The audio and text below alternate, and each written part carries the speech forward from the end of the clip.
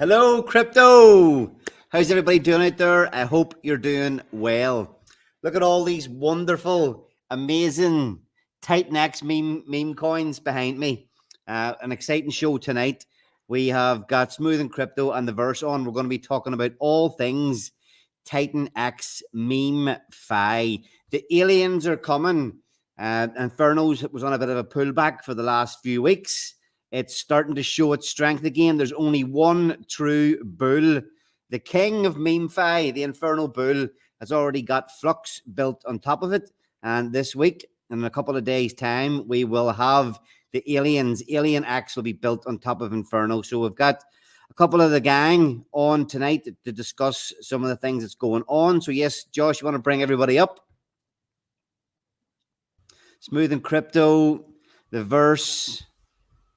Welcome to another beautiful day in the Matrix. Thank you for having me. And we got Money Mo up in this. Yo. Man.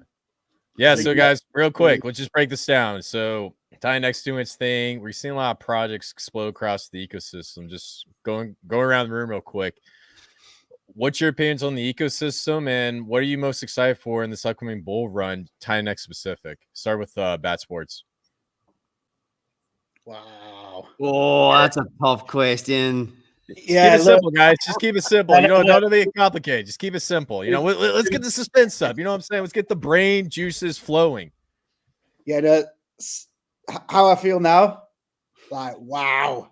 It's crazy. It's absolutely crazy. Everything just popping off. You wake up one day, something's done a 40% pump. You wake up the next, something else has done a 30% pump. Like, yeah. The farms are rocking, like loving the farms. Inferno Bulls in the farms now. Probably saw that. So yeah, I'm loving it, man. And I'm just excited for, we're entering hyper deflationary stages, and all the protocols that we're building are, aiming to make that stage even faster and more intense. So yeah, just super happy, super pleased. I'm streamed for feels like forever, but I've just been head down trying to get these protocols built and out. So yeah, I think you're going to see a lot more of me again. So that might be good or bad. Yeah, before we go over to Ali, I just want to say, Bat Sports, dude, you went bananas right in between the end of the Inferno to the Flux. You're live stream every day. Now you're in and out every single project, man. So hey, you're one of the hardest working people in the ecosystem, and hats off to you, because a lot of these products that make it to market is due to your hard work. So guys, please follow Bat Sports when you get a chance. Make sure you annoy him enough and say, hey, when are we going to get some cool X28 projects? So just DM him. He's the guy to go to. I'm just kidding. But I do enough annoying him for everybody. So don't worry about it. I got you. So, hey, Ali, just move over to you, man. Just give us our all thoughts on the ecosystem, and what are you most excited for? So, I really did like what the dude did with Element E280. Just brought something totally different to the ecosystem. But my favorite thing that's going on is the MemeFi. This little mini universe is getting created. We've got a few kingdoms. That's the thing being thrown around now, is the kingdoms of Titan X. And the MemeFi kingdom is the one that I'm kind of most interested at the minute. Awesome. Great analysis. And hey, MemeFi's catching on. When Inferno started off, there's a lot of doubters, a couple haters. But hey, Inferno the Bull absolutely stomped them out. And now we got Alien X, which we're going to talk about in a minute. We got Godex. I'm excited to see Godex, because from my understanding, it's basically Inferno on top of Inferno. I'm sure there's going to be some sort of twist, but we don't have to go too deep into it. And then I also know there's a third one, but that hasn't come out yet, and they don't want to reveal the white paper. So we'll disregard that. But overall, man, MemeFi, it's going to be really cool. Smooth and Crypto, question back over to you, man. What I can't remember what I asked you, but So what is your reaction to the Titan X ecosystem, and what are you most excited for? Biggest reaction, I would say, is the unexpectation of us actually hitting deflation so early, because me and Chris had a live stream a while ago, and he asked me, when are we going to actually hit the deflation? And I said late November. And the fact that we're mid-October and we're having deflationary days is beyond me. I could not even expect that at all. But besides that, I think just new meme narratives built on Titan X, because with the whole Matrix thing we're doing, and Alien X, Godex, Inferno, right? it's going to set a new precedent of meme coins being built on Inferno, but also on Titanx as a whole. So I'm excited to just at least get some ideas of some new eyeballs, if you will, on these new memes, because everybody likes just at least some type of commonality between these coins and what they do, and not everybody is as interested as we are about really, really good tokenomics. And our tokenomics on meme coins is unlike anybody else's. I agree. Meme coins, it's definitely a meme coin market. You see meme coins on every single blockchain. Me and my buddies, we got like a little research group going, and it's getting out of hand with some of the stuff we found. And towards the end of this last meme coin cycle, they were doing PvP on Pump Fun over on Solana, and they're just like, dude, a 20K market cap is too high. And right when I heard that, I was like, dang, dude, this market's getting terrible. Like, don't get me wrong, like you can ask Trey, dude. When we get into some stuff, we get into some really dumb stuff that I question. But when you're saying 20K market cap is too high, then I don't know, something's going on. There's something wrong with the market at that point. But what I really like about Inferno and what we're going to see with like Alien X is this concept of a free claim and a utility where it revolves around burning, where everybody can win. And that's the key to understanding this, because usually with these meme coins, you have people cheat in the beginning. The chart looks awful. Or you have these insiders. What they like to do is something called bundling. And for those guys who don't know what bundling is where they buy 80% of the supply, divide it across 100 wallets, and then just basically lock it in there so that if people try to cheat out of a token, it doesn't affect the chart. A really popular token that did this was Brett on Base. That supplies bundle. Nero and Ethereum, that supplies bundle. Just show me the chart, I can tell you if it's bundle or not. So there's plenty of examples out there. But ultimately, with Titanx, with Inferno, with Alien X, with Godex, with all these new projects, that's not the case. And I think overall, this could be a great live stream that we're going to be talking about MemeFi. Anything else you guys want to get into before we jump into Alien X? Just a couple of things quickly. I mean, obviously the thing that kickstarted this MemeFi was the Inferno Bull, and 8-week mint cycle. It popped off for 2 weeks after that, had a bit of a pullback, but the monthly chart, it's into its 4th month, which is hard to believe, and that monthly chart is starting to look as glorious as the original 8-week chart, the 8 weeks of the original 8-week chart. Yeah, so the monthly is looking mighty fine. Before we actually get into it, Josh, we've got something dispatched today. Burn 2.0. Do you want to give everybody a little bit of a heads up of what that is and what you've done there? Mute. It's been a week since I've streamed. I've forgotten what to do. Yeah, no, look. Buy and Burn 2.0. Accelerate have built and deployed that today. So it's essentially a buy and burn contract for Inferno that any protocol or user can send Titanx directly to from their allocate. If they've got Titanx allocations in the protocol, they can just do a quick send. It reduces code complexities in their protocols, makes things simpler at their end. So that's there. It's a Titanx V2 style buy and burn. So it's got a value cap and an interval time allocation or configuration. So yeah, deployed that today. Super happy. The front end will be sort of tidied up tonight, and then I'll put some links out and stuff tomorrow. But yeah, I actually used it earlier on and did my first Inferno burn on the buy and burn 2.0. So that was cool. But yeah, it basically cuts out all the V2 issues that we had with the Blaze route. There's no MEV risks there at all. So yeah, good for Inferno and good for new protocols coming. They can utilize that. Yeah, it just makes anybody building want to send any Titanx to get burnt. The Burn Inferno just makes it very, very simple and very easy. The first I did a couple of test burns this afternoon on mainnet after it was deployed. But the very first protocol that we're using it will be Alien X. So come Thursday, come Friday, once the mint cycle's finished, there will be Inferno being banned through that new buy and burn contract, which is pretty cool.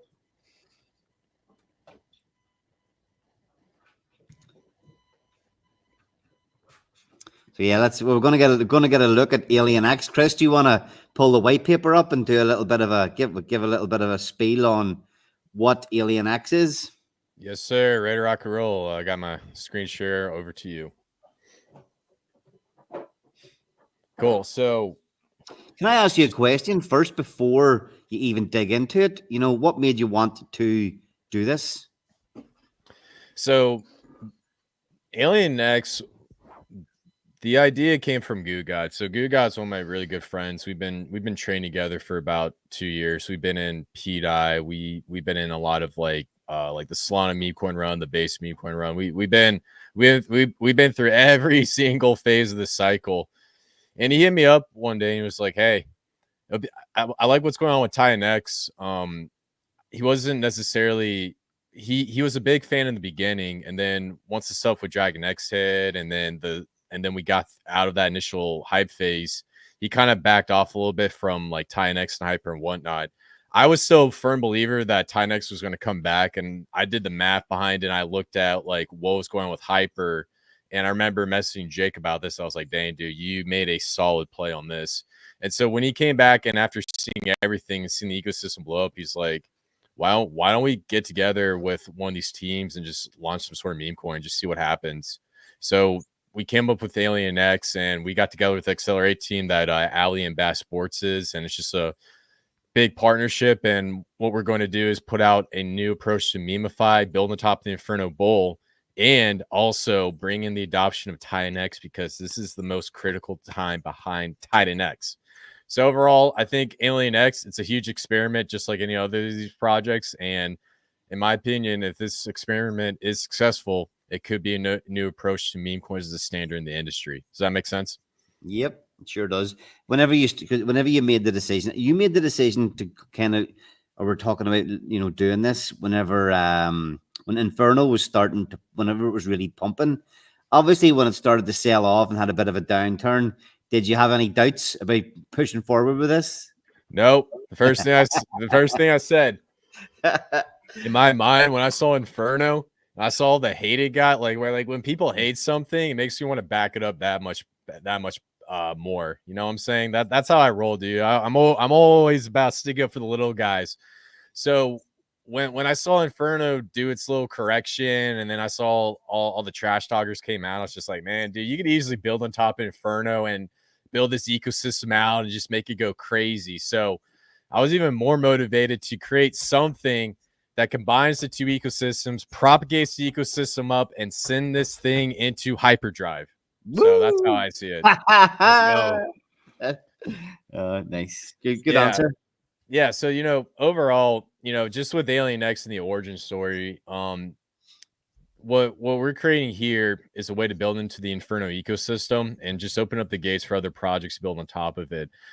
Alien X is technically not the first project to build on top of Inferno. It's going to be the first Memify project to build on top of Inferno. The first one technically was Flux with an auction-based system, and then the second was Element 280. And so those are more, I would call, utility-based type of tokens. This is more the Memify approach. So Alien X is going to be the third one, and then after Alien X comes in, we're probably going to see a wave of others. So this is like the first wave of Memify built on top of Inferno, and the goal is to set a standard. So I think overall what we have is really great. The Accelerate team's been good. Shout out to my boy Yuga. He's probably down in the chat. He's always chilling. He's always working. He's always hustling. He's really excited about this project. I'm excited about this project. Trey's is excited about this project, and I'm sure a lot of people in the community. So guys, Thursday and Friday is going to be awesome. And we're doing it on Thursday, an 8th day in the 8th month of the 8th year in the dragon year, the 8th astrology Chinese astrology sign. It's all coded in the matrix. So, all right, well, let's get in the white paper. I know I'm going on rant. So Sounds good though. That rant sounds good though. It's just when you got to hit it with that passion. Doesn't matter what you say. yeah, exactly.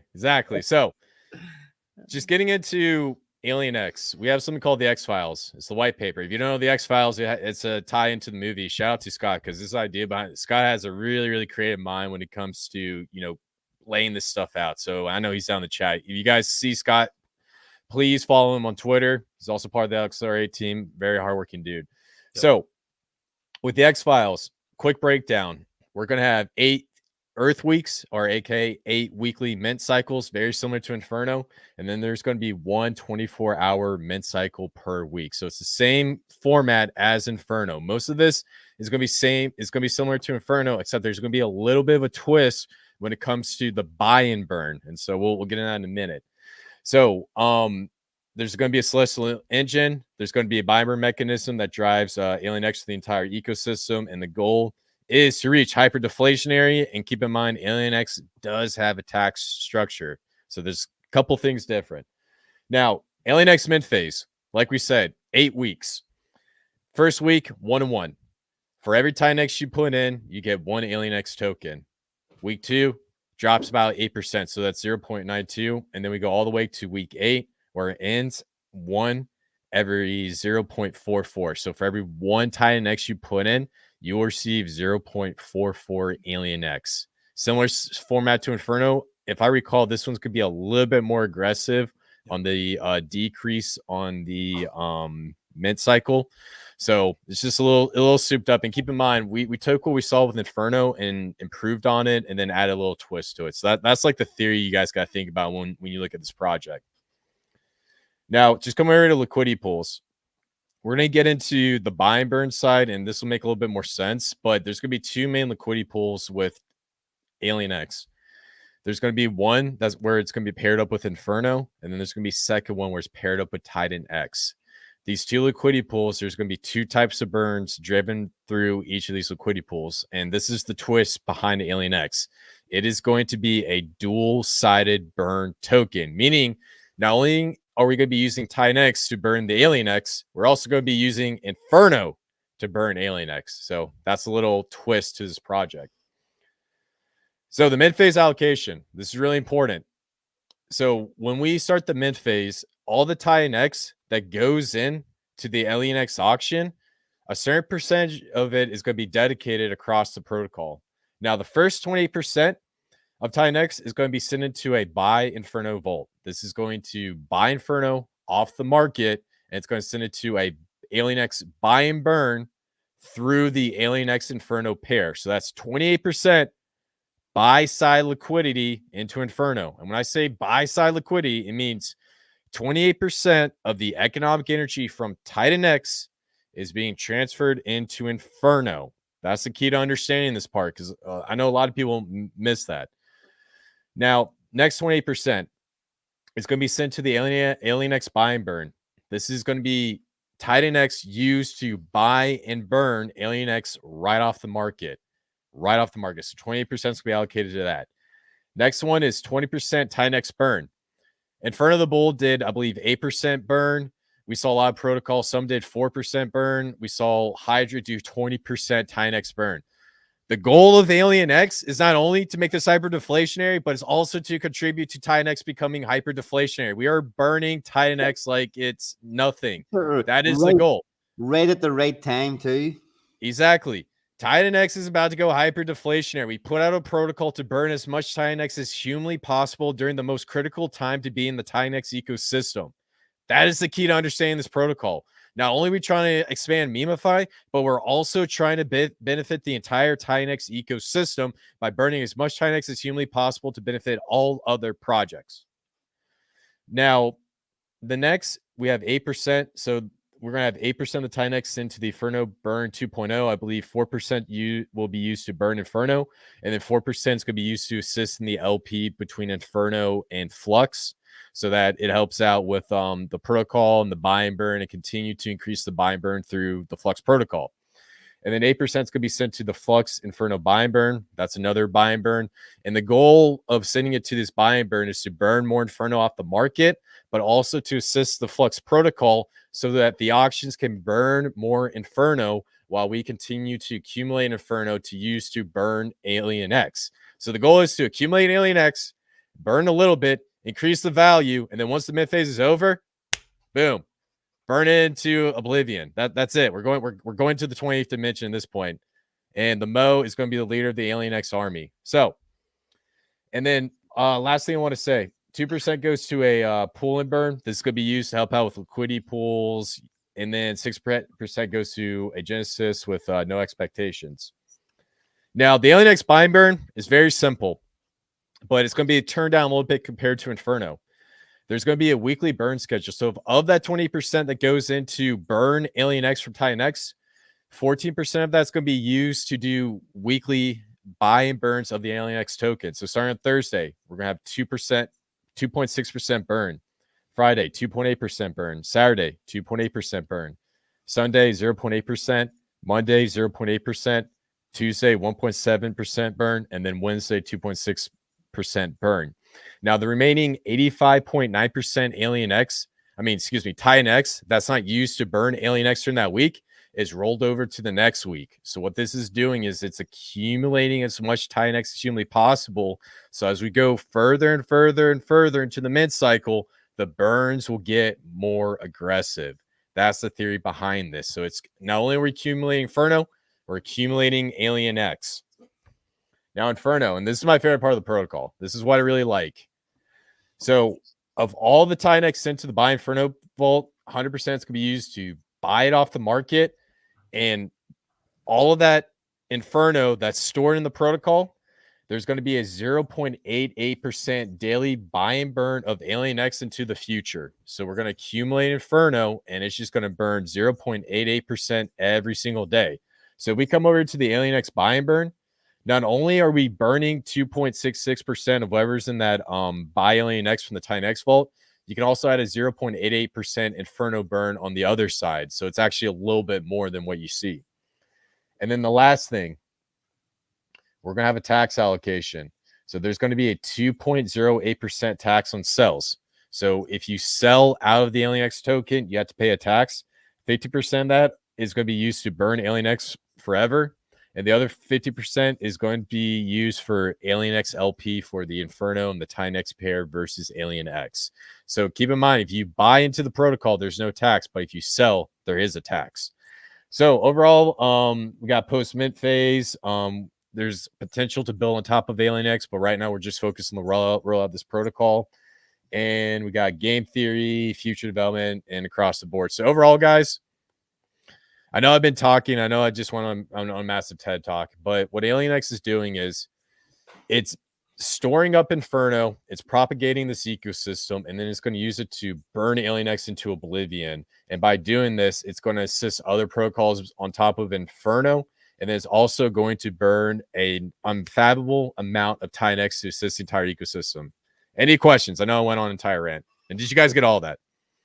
The first thing is that it is kind of designed that obviously Inferno was designed to burn as much and as fast as possible. You've kind of built in some slightly more long-term burn effects with this one, yeah? Yeah. So if you guys think about this, 2 months from this Saturday is going to be, was it December 17th, sometime in December. So the top of the bull market's going to be about right around February, close to that blood moon, maybe March, April, the latest.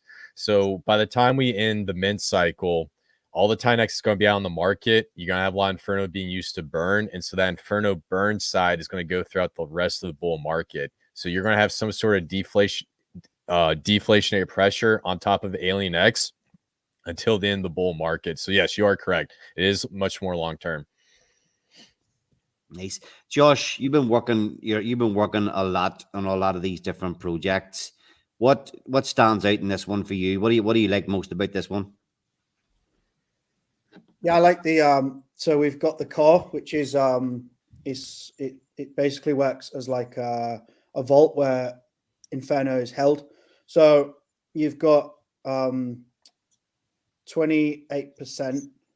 of the Titan X starts to buy Inferno right from the end of the mint cycle. So 24 hours after the 24 hours after the mint starts, after we launch, Inferno will start to be bought from the market using Titan X, and that whatever is in that allocation from that mint cycle is used that first week, and it will be used the concurrent week from each cycle. So what I like about that the most is it's a bunny hop buy and burn essentially. So you see a lot of that in the ecosystem at the minute where you'll use one token to buy another swap to that, and then swap to the other, and then burn the third token. So it's essentially a bunny hop, but it's stored for a future day. So the Titan X buys the Inferno in the first week, but then the Inferno swap to Alien X is then slowly drip fed out over a much longer time frame. So it really is like it is a kind of like a buy and store or a buy and hold on Inferno. So it buys it, takes it off the market, and it stores it there, waiting to swap to that Alien X. So All right, stupid thing though. So while it's storing it, and say the prices are pumping, that's obviously good, right? Yeah. Oh, go ahead. Sorry. I thought, was you asking why I was storing it? No, I'm just saying, I'm just pointing out the fact that obviously while it's storing it, if that's going up in value, it can buy it and burn it. It's gone. It's done. It's done at that price. If it stores it for, if it stores a large portion of it for, maybe it's in there for a month and the price does a 3, 4, 5x in that time, that's going to obviously be a hell of a lot more powerful as a burn. Yeah, so that would work if Inferno gained if it gained strength against Alien X. So if the ratio went more stronger in the Inferno pair, then it would burn a hell of a lot more Alien X. The reason why I like it is just when you do the bunny hop, and I just saw the dude there likes the term, so I might keep that one. When you do the bunny hop burn, you essentially put that token back in the LP, which full range LP is fine. It is, most of it is off the market, but I really like this because it really does take Inferno completely off the market for quite a long time, for a good solid few months really before that drips out. But yeah, look, if Inferno was gaining strength against Alien X, which could or it couldn't, I mean, I would expect them to, price performance would be volatile, but also they'll be very tied to each other. They're paired together. So yeah, I'm just super excited to see how actually that core value can grow. And you'll be able to see all that. We'll be able to look into that and have that on the dash and see actually how much value is in there stored away. And that can create a really strong narrative as well for users to see how much value is there stored. It's the same with Titan X. You got the V1. You see that value, the users see it, and it encourages people to come in the ecosystem because they can see that there's that, that large whale there waiting to buy up the supply. Right. And, just add on to Bad Sports, here's the other component to take into consideration with Alien X. So you prop up Inferno, it's going to prop up the little sub ecosystem. And then the key is Flux. Flux is like the hidden flywheel in this effect. So when you prop up Inferno and you let the Flux protocol in full motion do its thing with the auctions, those quick ROIs is actually going to burn a lot more Inferno compared to Alien X, and it's going to increase the value of the bot Inferno that's going to be used to store and burn Alien X in the future. So when I was looking at this and I was designing the tokenomics, the two things I kept in mind is how can we utilize the most flywheels, and then how can we keep this protocol simple? Because believe it or not, if you keep it complex, people aren't going to understand what you're doing. Just trying to figure out Titan X in of itself is really difficult for a lot of people. But with something like this, it was like a perfect synergy that will not only help out Inferno, but it'll actually utilize Flux to burn a bunch of the supply, in my opinion. Yeah, I'm really excited about Alien X. A big part is using the economic energy of Titan X, right, being your main input, but also, like you're saying, set off the flywheels within the Inferno ecosystem because, we have a very low supply within Inferno. And with any type of buy and burn put onto that, especially if there's possible multi-projects in the future using the pool and burn that they just created, it's going to get really, really aggressive really fast. And, Alien X is one of the ones that's really going to start it off. And the fact that they have buy and burns everywhere throughout their whole process, and the bunny hop burn, as they say, is so bullish. And it's going to take a couple times listen this back or reading the white paper to really get how aggressive these burns really are, and it is set apart from a lot of other projects that is released already. Right. And you might just share my screen real quick. There's one other thing I want to bring up with the Element 280. Are you guys able to share my screen?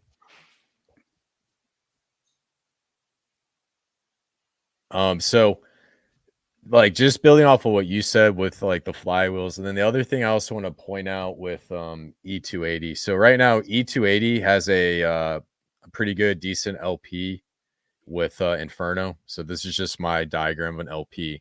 So when we go through this process of Inferno coming in and just getting bought up and being used as a store of value to burn Alien X, that buy pressure is going to be constantly changing the price of Inferno. And so this price is going to be constantly fluctuating. And so that's going to set off a bunch of arbitrage bots between the E280 and the Inferno pair. So what this is going to happen is you're going to see a lot of trading between these two main pairs, which number one, it's going to burn a good bit of E280, but also it's going to burn Inferno. So this was another flywheel effect behind this entire ecosystem. So by just having that much buy side economic energy into Inferno, not only are you going to get a bunch of burns from the Flux protocol, but you're also getting a bunch of burns from Element 280, and that's going to that's basically going to also help out Helios and all that across the board. So that's another thing I just want to throw out there, because that's what I really love about how this is setting up. And then on top of that, it's going to open up the door for Goat X and what Irish Crypto is doing to build an awesome protocol on top of it. So excited all around, just really, really excited. Ali, what's your thoughts on Alien X, man? You're asking some pretty good questions, and then I'm going to go over to my spirit animal, the Mo. Yeah, I'm just excited. Again, listening to you and explaining about the longer term, storing it up is something that we haven't really seen before. Everything's coming in. All right, there's a lot of BAM burns. The bigger BAM burns for Titan-X, they'll sit for a long time. Anything that we've been doing, even with Blaze or Inferno, the BAM burns are run out very, very quickly. So this is bringing something completely new into our own little meme-fi kingdom, where we're storing up more value. It was awesome to see. There's kind of new standards being set all the time. When Inferno launched, week one, we brought in like 200 grand's worth of Titan-X.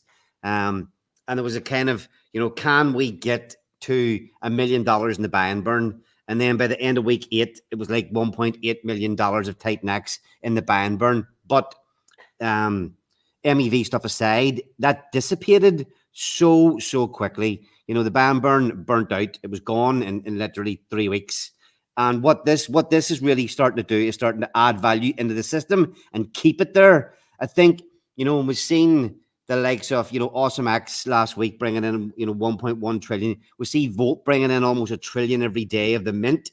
I think everything is just, the ecosystem goes from strength to strength. And I think Alien X has got massive potential to do exactly the same, to take the levels of, over $1 trillion back in, beat that, and store all that value into this little sub ecosystem for a longer time. That's what I think about Alien X. And I think we've got a fucking, sorry for swearing, but a fucking killer team behind it. I think you and GooGod are going to bring a lot of energy. The community are excited about this one, and I know I am. So yeah, I'm excited to see what happens here on Thursday, because it could be another brand new standard set. Yeah, agree, man. And hey, phenomenal analysis, and I'm just excited as you are, man. And I'm really excited to see how this plays out. And I know I'm already seeing all the memes pop up, dude. Some guys like, so Good God, I say he's the number one shiller, because I go on my Twitter post and I see him like respond to 50 people in like 10 minutes. It's crazy. He's like an android. And then next thing you know, I see all these cool videos and memes, and you already see a community forming. So, but yeah, man, I want to go over to the Mo. What do you think? What do you think about Alien X, and any strategies that you want to share with us?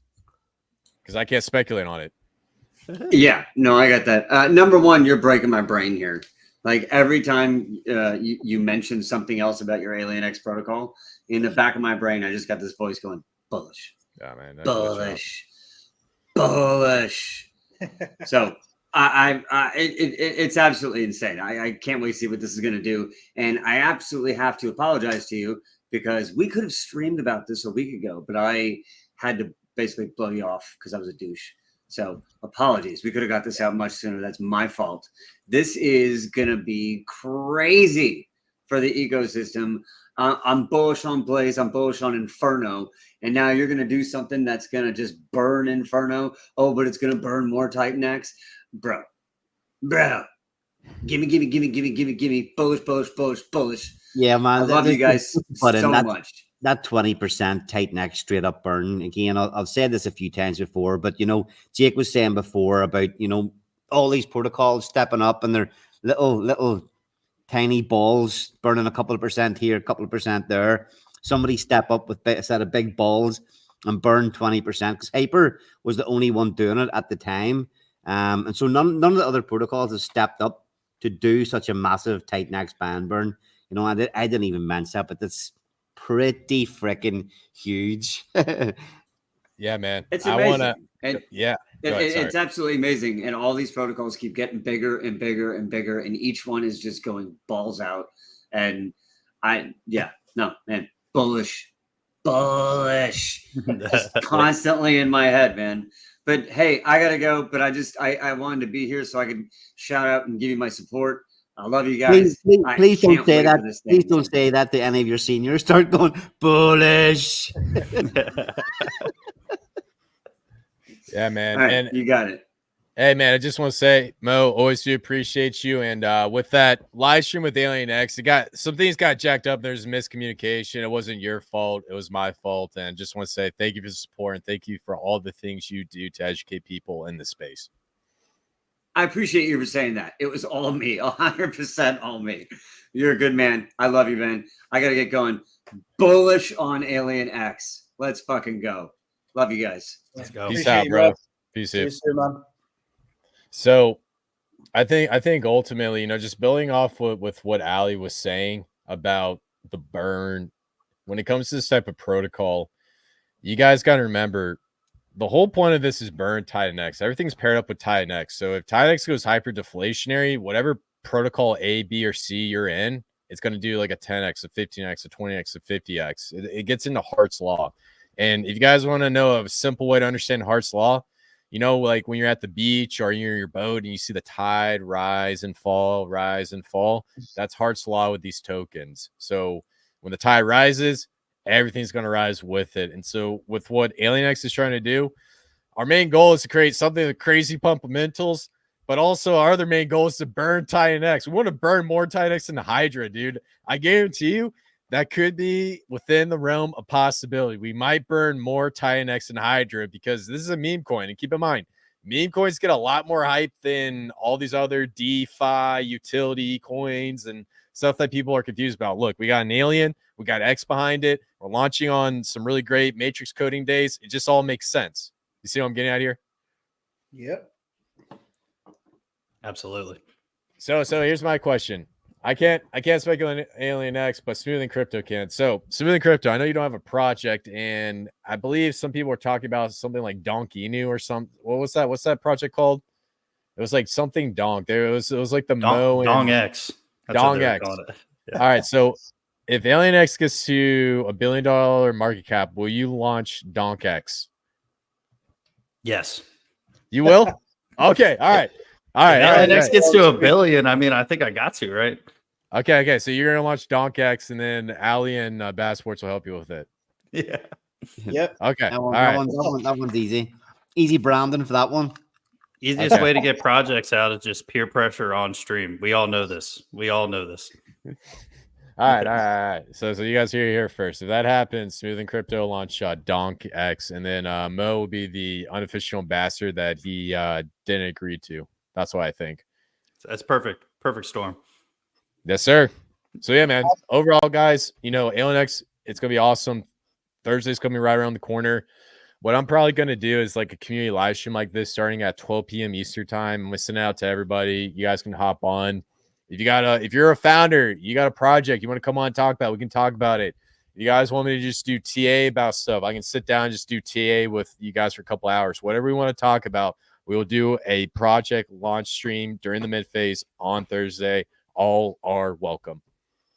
So, Chris, you mentioned TA there. So, you're So Alien X that we're launching on Thursday. Obviously, 50% of your initial LPs paired with Inferno. So, do you want to maybe pull up Inferno? We'll have a look at the chart, see what's going on there. Yeah, man. Sorry, I know I was jumping ahead a wee bit before with my Twitter posting before we even announced Alien X. But is the time public? No, it's not. Ooh. You want to give the time, or we're waiting to the day before? I don't even remember the time, to be honest with you. I know I haven't written it down. So You're lucky we work so fucking hard, man. I haven't written it down in Telegram. So that's the thing. But yeah, here's the deal.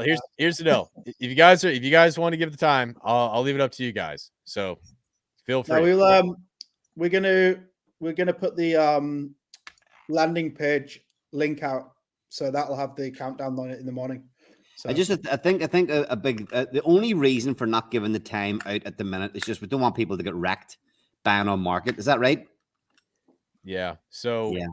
Here's the issue with launches nowadays is we got a different market with sniper bots and med bots and whatnot. And keep in mind, we got this whole mint phase thing going on. So it won't be a huge deal because keep in mind, most people are going to be minting. But the issue when it comes down to is when you set the LP and you have somebody come in, buy a bunch of supply and then dump it. And then you got somebody who is like confused and just like, oh, I just want to buy the token. I didn't want to be in the mint phase.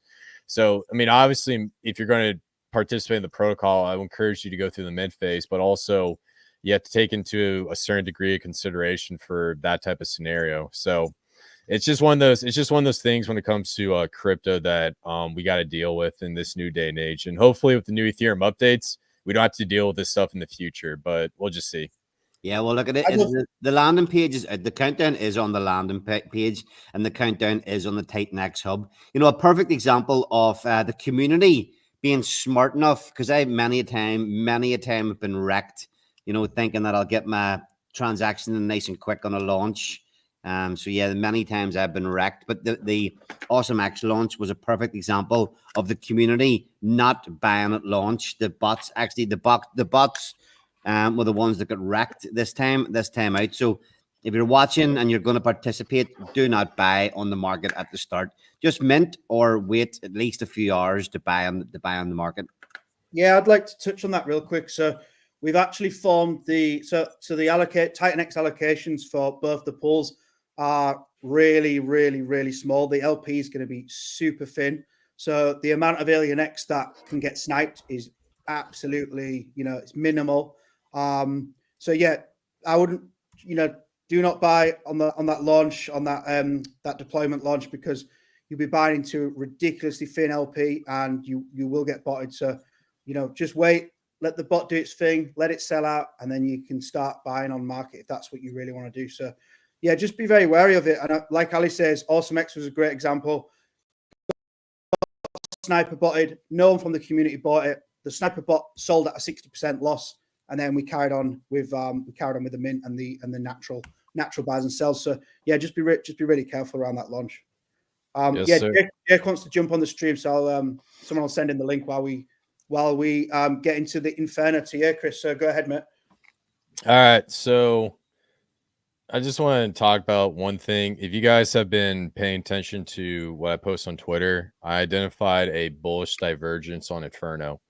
So basically what a bullish divergence is when you see a trend from like an uptrend, from a downtrend to an uptrend, meaning that the price is going down and then it crossed the point where we expect the buy side liquidity exceeds the sell side liquidity. So if you guys come over here and you look at the MACD, you got the 12 and 26 moving average over the daily. So 12 moving day and the 26 moving day. So we came up, and then right here you see a little bit of a cross. When these two lines cross, that's when we started to see a dip in the price chart. Now the sell volume was exhausted, and then we hit a bullish divergence on October 13, 2024. Right, I think I put this out on the 12th, but right on the 13th, this thing crossed right here, which shows me that, hey, the volume is upticking and there's a good chance that we're going to see a price reversal. Now we come over here to the RSI. RSI shows like the overall strength. So typically when you see this line go up, it means it's overbought. When it goes down, it's oversold. So it came down, double bottom, and then shot right up. And then we got a resistance line on the RSI. And since we broke that RSI, and then we see a cross on the MACD, that told me everything I needed to know. We started to see an Inferno pump on the daily. So right now we're seeing the beginning stages of the Inferno pump. It's holding off pretty well. Now just going over there and just looking at some candlesticks. What we're seeing right now is we have a doji followed by 3 white soldiers, which is extremely bullish. And then the question is where do we close here? We do not want to see this close a little bit lower because we see a doji right here. That means we have to come back down and test support right here. So overall, the daily looks good. Now let's look at the weekly. Weekly. Oh, look at this. All right. So you see this, we came up, mid phase came up, boom, skyrocketed. And then we have a bearish engulfing candle. Then we have a dragonfly doji on the weekly. When you see a dragonfly doji, that's an indicator of a price reversal. Bullish engulfing candle, and this is more than 50% of this red candle. So this is called a morning star. So when you see a doji, that's bullish, but it's not necessarily, it's based on percentages. The reversal is it's a good percentage, but then when you see something like a morning star, a 3 candlestick pattern, that's more bullish than just a regular doji, if that makes sense. So right now we see a morning star followed by a open a little bit higher. So on the weekly, it looks absolutely beautiful and it's cooking up. Now moving over to the monthly, and so I see this a lot on social media, so I want to put this out here. Monthly looks absolutely beautiful.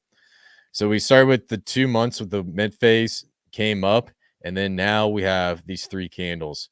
So here's the key I understand with the Inferno price chart on the monthly, and this is really important because keep in mind the monthly candles supersede the weekly, and then the weekly supersede the daily, and the daily supersedes the 4-hourly. And I don't really like it when people do on these small time frames that are like for like crackheads and stuff, because it makes everybody so confused.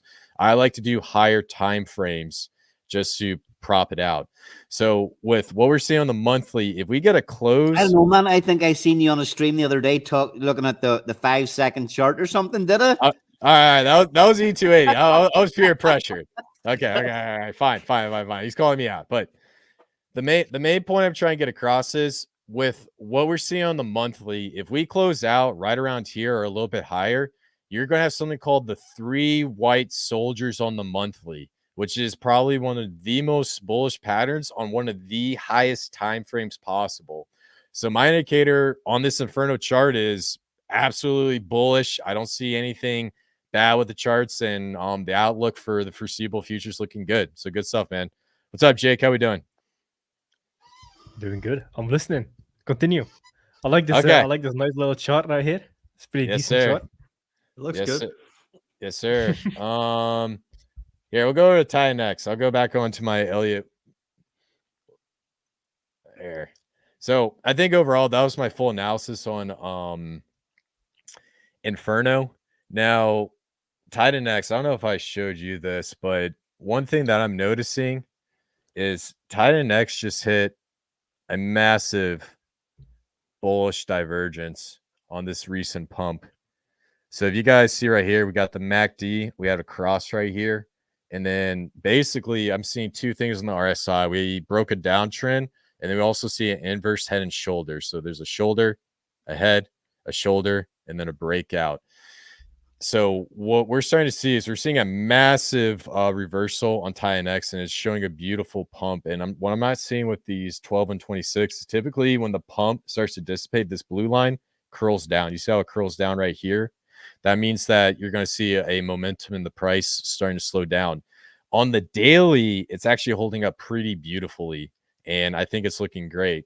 Now, the other thing I've been taking a look at is when it comes to Titan X, you can't really use resistance and support because it gets messy and gets all over the place. But Titan X, Dragon X, and all these ecosystem tokens love Elliott triangles. When we start to see Elliott triangles form, that's when we start to see sell pressure, and then the buy and burn come in and start buying up any weak hands and removing the token supply from the market. So one thing I noticed was we had an Elliott wave triangle in the first breakup, and we hit A, B, C, D, E, broke. Now we move up into the next Elliott wave triangle, and this is called a barrier Elliott wave triangle. It's very similar to this, except it just follows a flat line on the top. Very similar principles.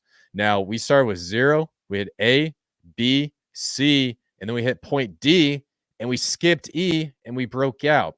So when I was looking at this, I said, why are we skipping point E? And then that's when my brain adjusted. What this is showing is that the impact of the buy and burn, and also the impact of all the TIAN-X ecosystem altcoins, it's actually exceeding the sell pressure in the ecosystem. And that's part of the reason why we're starting to see a much sooner breakout on these Elliott wave triangles. So what I suspect is when we start to top out on the next leg up, we're probably going to form a similar Elliott wave triangle, but I think this time we'll hit A, B, C, and potentially bypass D, or we might just bypass C right off the bat.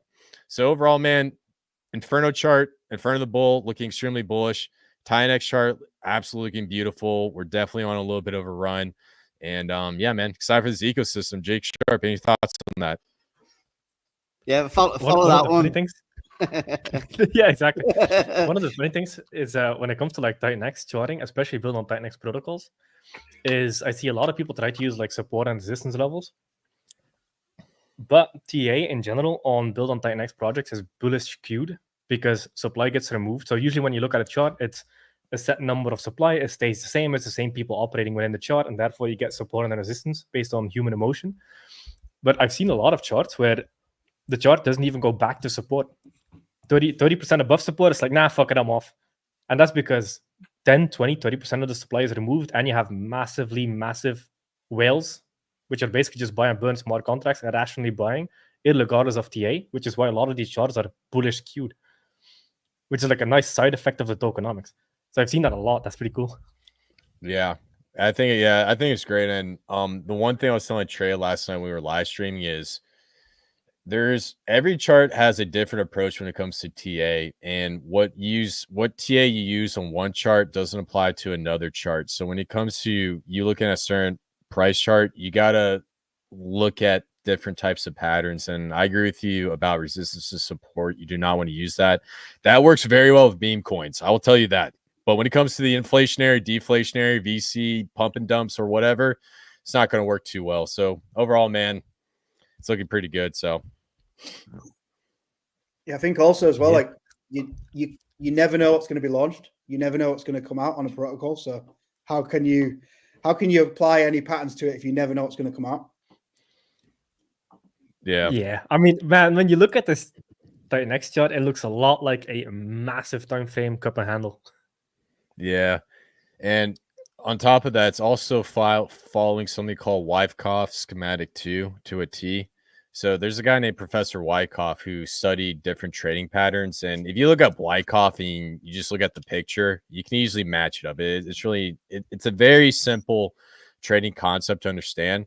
But the reason why he put this up there was because he noticed in the stock market that there's like a group of people that will sit there and like accumulate, and there's like insiders, and use it as a way to track insiders when they're about to pump and dump a chart. Now, what's interesting is TIAN-X is following a Wyckoff schematic very similar. And what that's telling me is I think there's a lot of trading bobs, a lot of Wintermute guys like getting in and actually buying up part of this chart. That's my theory. I can't prove it. So yeah. I mean, it would make sense because a lot of TIAN-X and build on TIAN-X has been in the top charts on Ethereum for so long. So it has to get the attention of the big dudes. There's no other way, especially with thick liquidity pools now. So it would be interesting to find out. Maybe there's some on-chain hints. Yeah. Well, the only evidence, yeah. I mean, I want to go on the on-chain analytics once we get AlienX rolled out. But I think that'll be a very interesting little research project, or maybe someone else here on the live stream can go check it out. There's a there's a ton of more smart people than me that can get into that type of stuff. So What's up, Smooth? Yeah. What up, Jake? How you doing? Good. I'm just a little bit. soaking this in. I mean, it's like a crash course on, you know, TA and stuff like that. And I've been trying to get better at it. It's tough, but you know, I watch the Verse streams a lot, and he goes over it a lot, so it's building, and it's starting to enter my brain the more I listen to it. Good. Yeah, that's what these streams are for, man. Like everybody's good at something. So everybody brings their own flair and education to the community. Like I learned a bunch of stuff from streams, especially with builders talking. I get a lot of information for just building in general from listening to other builders. I feel like a lot of builders have the same. It's awesome. I love it. What time zone are you in at the minute? Because you seem to be like on a lot of late night streams and stuff. Are you? Oh, you'll never know. I'm on the moon time zone. I was trying to talk to you. The moon time zone. You and Mo went to the moon and never come back. Yep. he actually lives in Antarctica. He's not on the moon. He's in Antarctica. I'm here with the aliens. Yep. They're coming. They're coming Thursday. Yeah, bro. Alien X is going to invade Titan X. We're going to blow it up. We're going to go to Nibiru, and we're going to hang out with the Anunnaki aliens. That's what we're going to do.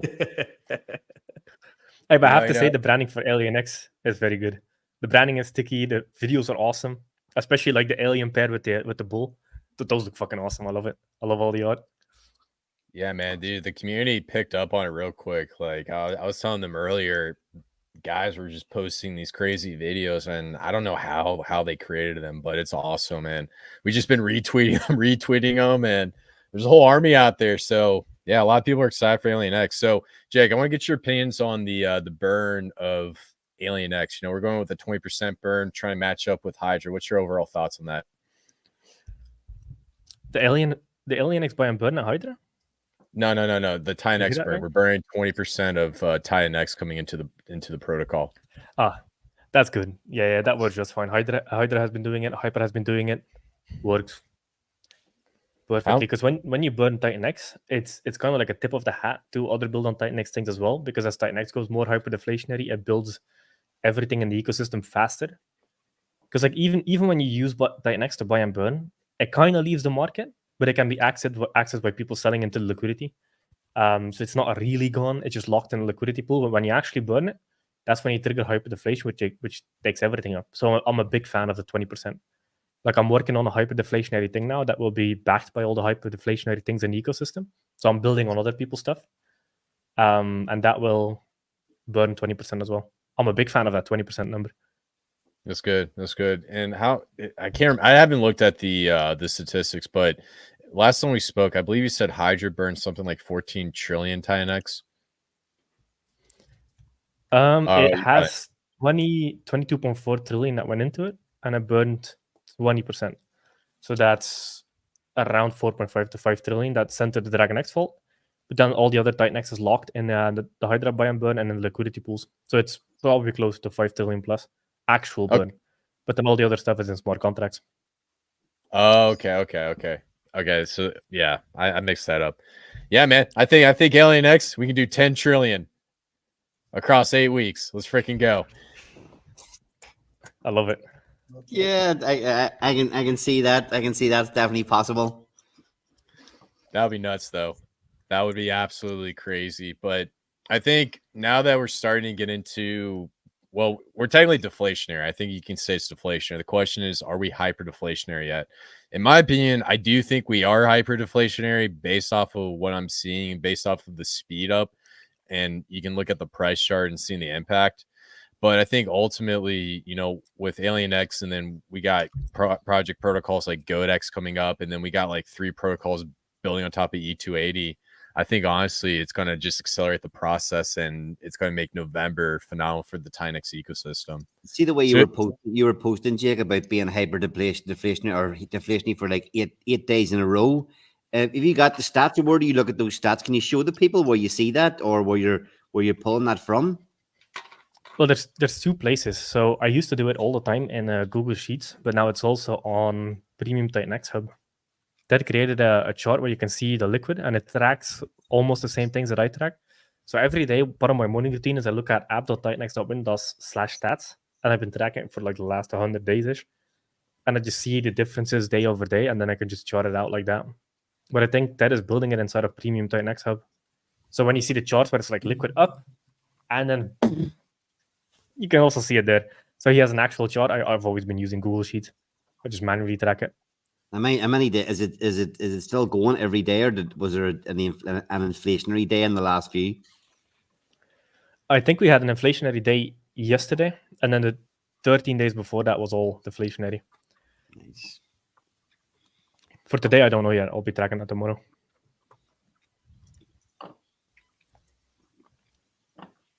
Tomorrow, and then Alien X kicks in. I suppose the burn will kick in, Josh. If we start Friday, the burn will start on Friday. Yeah. No, the Tightnex bands they kick in as soon as you mint, so that they're banned immediately with the deposit. So Thursday should be inflationary again. You know what? Hyperdeflationary starts Thursday. That's when it starts. When Alien X comes in, we go hyperdeflationary. I will speak it into existence. Is how the Matrix works. You did start calling that weeks ago. You did say that Alien X will help Tightnex go hyperdeflationary. So timing is everything. Timing is everything, isn't it, Chris? Timing is everything, man. And Jake, I don't know if you heard, but Smooth and Crypto says if Alien X goes to $1 billion market cap, he's going to launch Donkey Inu, and Bass Sports and Ali Kane's going to hook him up. So it's all code in the simulation. Just makes so much sense. Just one big dong, one coin, just one dong for everybody. Have a slice with dong, you know. It's got to be built on top of Inferno, though. That's the only request. It's got to be creative. You can even just copy all of Alien X and just put it on top of Inferno. I would not be mad. I mean, to kind of talk about that, I posted some things in the comment here. I love that all of the builders have taken this model of having a core token in the middle to build an ecosystem around. So you have Tightnex Inferno. Inferno is like the middle of MemeFi.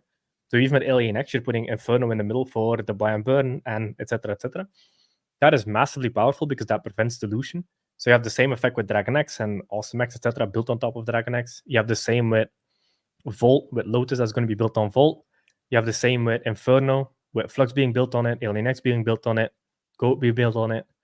I like that model a lot. Like, I think it's sick. And then Elemental 80 builds on all of it.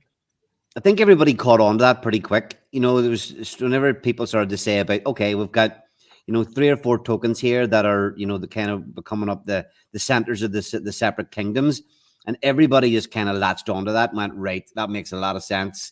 Let's build. And everybody's doing it the way they're supposed to. Awesome X using Dragon X, Alien X and Flux using Inferno. Everybody, all the builders are picking that up and running with it.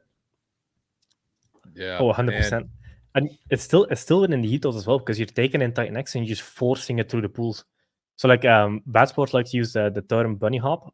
I actually prefer double buy, because with the same economic energy, it makes it very clear what it is, because you can take 10 grand and you can just go Tightnex, Alien X. It's only a 10K impact. But when you go Tightnex, 10K buys Inferno, and then the 10K of Inferno that just bought buys Alien X, that's the equivalent of basically 20K of buy volume within the ecosystem, and it pushes 2 ratios up. It makes Inferno worth more against Tightnex. Since Alien X is better than Inferno, they get that price movement, and then the Inferno buys Alien X, so you get twice the buy pressure for the same one buy, which is sick. I love that. That's so good. And Element 280 has the same. And just to add on to it, the big thing I like about with that type, whether it's like Alien X doing it or some other protocol built on top of Dragon X, is when you're utilizing this protocol, you're also benefiting Inferno and Flux, so that you don't have to feel like you have to be in every single protocol. Like, I get it. There's a lot of tokens and everything's all over the place. So when Inferno wins, Alien X wins. When Inferno wins, Flux wins. When Alien X wins, believe it or not, Flux wins as well. So that's what I really like about the synergy. And if you guys want to, there's nothing wrong with picking one and just sticking with in this scenario, even though I would prefer you check out Alien X, but you guys get the point. Hey, I run back into the room at 10 trillion for the launch. Let's fucking go. Also, Dong X at 1 billion market cap. Wait, Ali, you're muted. Yeah, Yeah. I'm laughing at Mo saying 10 trillion in one day. That was over 10 weeks or 8 weeks, never mind. But yes, let's do it. 10 trillion meant in one day. Yeah, actually, I was looking at a little bit of the stats just on the community posts, the doing analytics, and what's crazy about EonX is its mid phase ends when there's like 99.999% of the Tinex out on market as of today. So, I think what we're also going to see is a lot of it's going to get pushed out over the next couple months. And then when we hit that December time frame, depending on if miners become profitable again, we're going to be in what I call a massive supply crunch. That's where you're going to really see it hit the ecosystem hard. And when I say supply crunch, the best way to think about it is like a supply shock, I would say. Like a Tinex supply shock. You guys would say that's like the best way to say it, where we have a lot of buy and burn coming in and no supply coming out. Oh yeah, I mean there's so much with Titanx. So Titanx is hitting hyperdeflation now. But one of the other things I've noticed is Titanx is now hitting its stride when it comes to build on Titanx. There's so many protocols coming out, so many new builders popping up, people taking inspiration, starting to pick up building. We have more users coming in. So statistically, out of those users, there's a certain percentage of them that are going to be new builders. So as we get user adoption, we get new builders in the ecosystem. And the builders create a need for Titanx because they use it inside of their build on Titanx protocol. So you get this supply shock that is just mad operating inside of Titanx. And then you have this massive second part of the curve, which is a demand curve that's completely getting crunched by, or at least crunch might not be the best word, but it pushes that supply shock even further because so many more protocols are coming that are extremely innovative when it comes to tokenomics. So the demand for Titanx is going to go through the roof because of the builders and the need for it. You need Titanx to enter these protocols. Like the only way to get it is to get Titanx. And like even with Element 280, you can enter with Ethereum, but all of the Ethereum buys Titanx first and then enter in the protocol. And that's based on how much Ethereum every Titanx is worth. They get it straight from the pool. So you have this demand curve that's looking to curve up as more and more builders and protocols need Titanx. And then you have the supply curve just forcing itself down to the buy and burn, and protocols needing it and the protocols burning it. So you have this perfect like demand and supply formula: supply down, demand up. That hitting with hyperdeflation, that's a pretty bulletproof formula right there. It's gonna get stupid real quick, man. I'm just like it's exciting stuff, and Yeah, bring it on.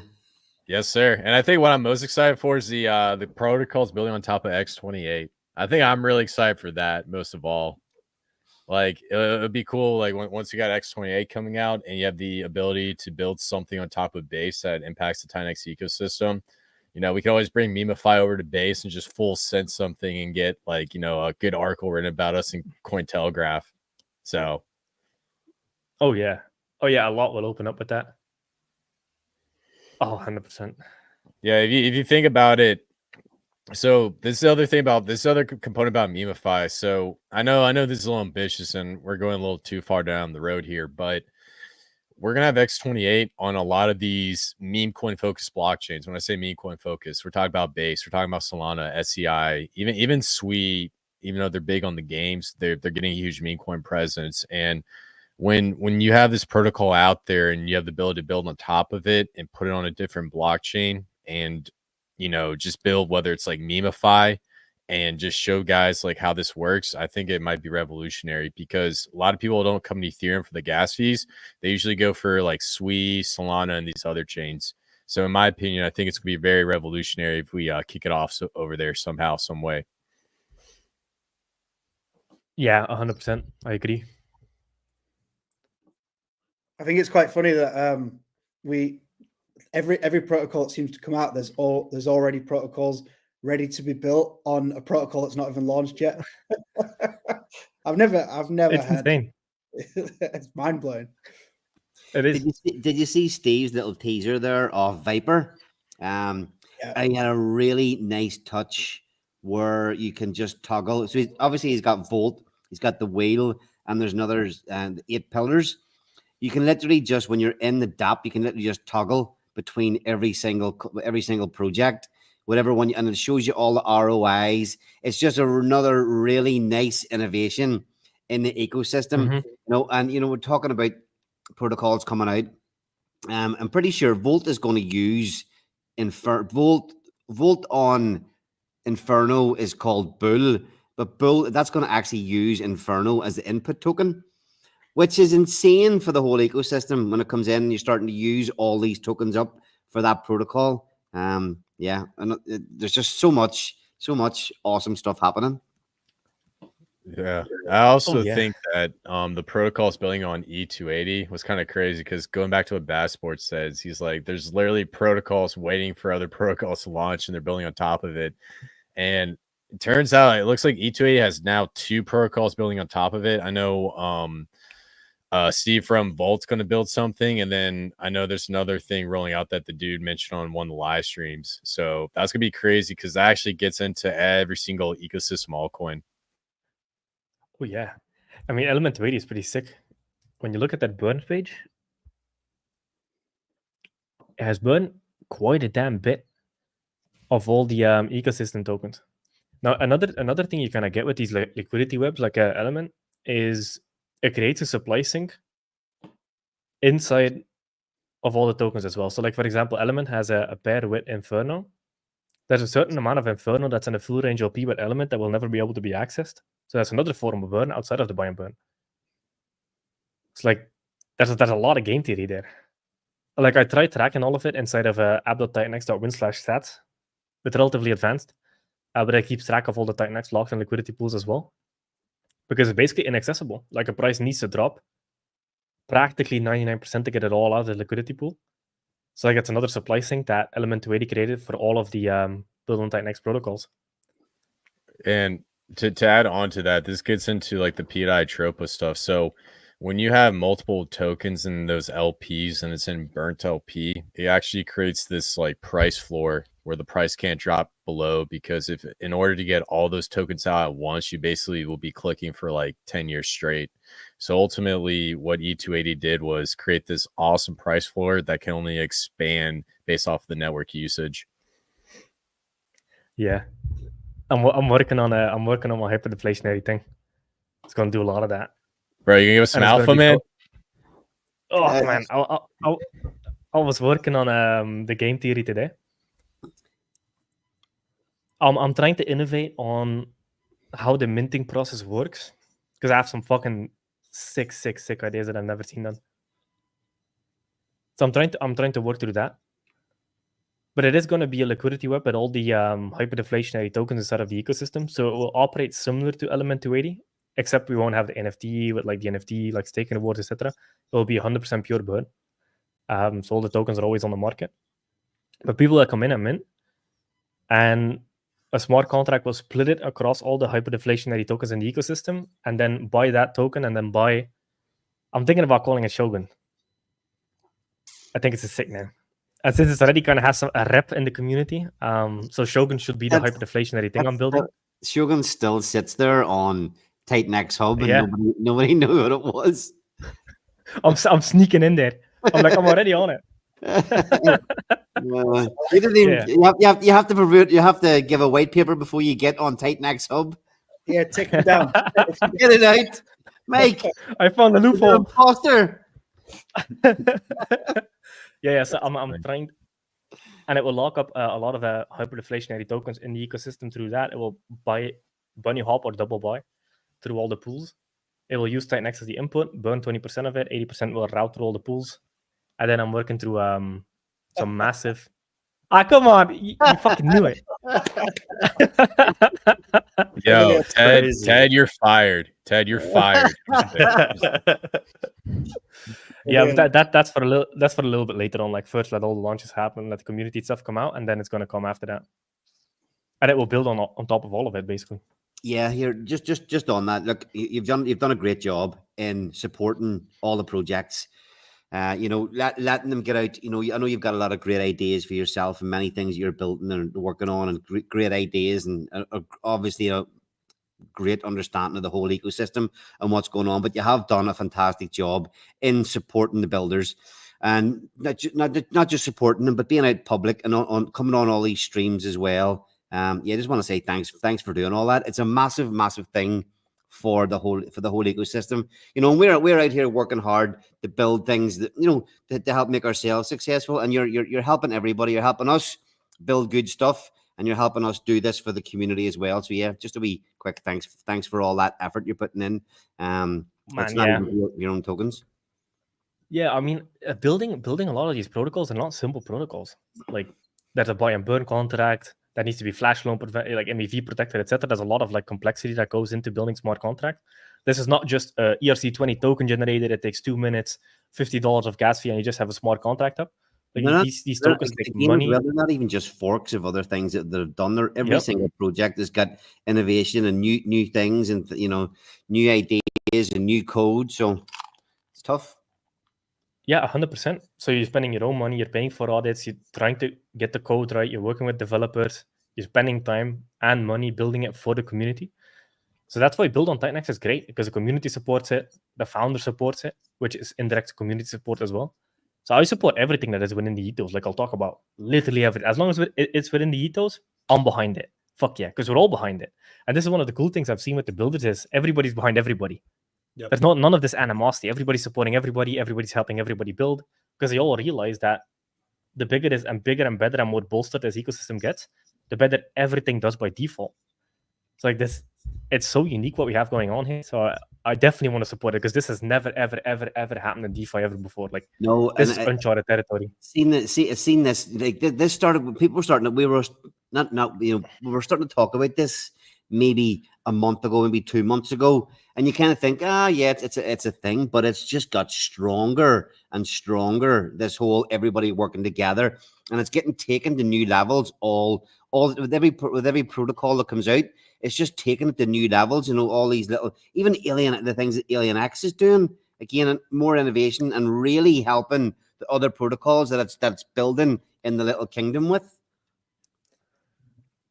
Yeah, 100%. And the other thing I will say is, you know, hypothetically, if TitanX were to do 100x from here, that means you'll have more than half the projects hit above $100 million market cap.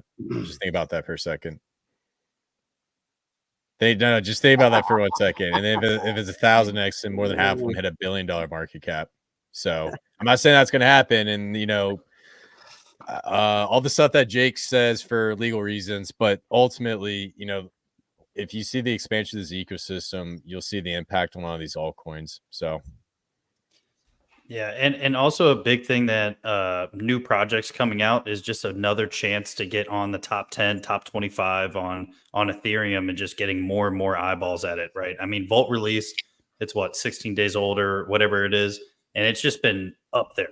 I mean, and it's been carrying, you know, with DragonX is up there, TitanX is up there, so it's just like the more and more of these projects that go in the top 25, they're like, okay, there's no way we can fade this anymore. It's impossible. I mean, if we have 10 projects in the top 25, it's over. I mean, that's fucking insane. We already have 3 up there.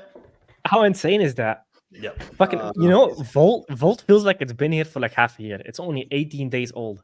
And it's fucking ripping a hole through Ethereum. Like that's Chris, this time and putting in a Volt. Pull that chart up, man. Pull the chart up. Volt? Fucking crazy, man. All right, yeah, I'll take a look at it. It cannot be denied. It's absolutely insane. You know what? The daily candle today is like straight to the moon, man. You know, this chart was actually crazy when I was doing TA on it, because earlier, I got pulled up. So when I was actually looking at this, God, it must have been last week. We were like sitting like right about here. And I was like, dang, dude, this thing might actually come down. So I was getting ready to take a big position. And then next thing you know, I saw these 2 lines on the MACD. This is on the 4-hourly. They start coming closer and closer and closer. And then they cross. And I was like, holy cow, this thing trades sideways when it was supposed to go down, and then just exploded out of this Elliott wave triangle. I've never seen anything like that from the thousands of charts I've been doing TA on for a minute. So, but yeah, guys. Wow. So just getting into what's going on with the Volt chart, this is something that I spoke about earlier, and I always do a lot of TA on. It gets into these Elliott wave triangles. When it comes to anything Titan X space, the Elliott wave triangle is the best indicator to show the impact of the buy and burn. So basically, we came in, a little bit of sell off, and the buy and burn kicked in, explosion. Then we started trading sideways in this triangle. We hit A, B, C, D. And we were gonna go touch E, but we actually broke out and just zoomed up for the next leg up for Volt. So overall, the Volt chart looks really good. Let me look at one thing real quick.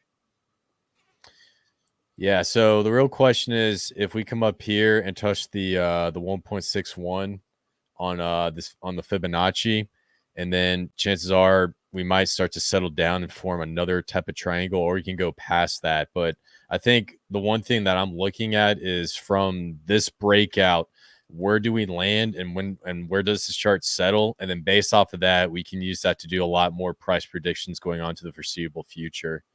Now, as for, let's take a look at the weekly real quick.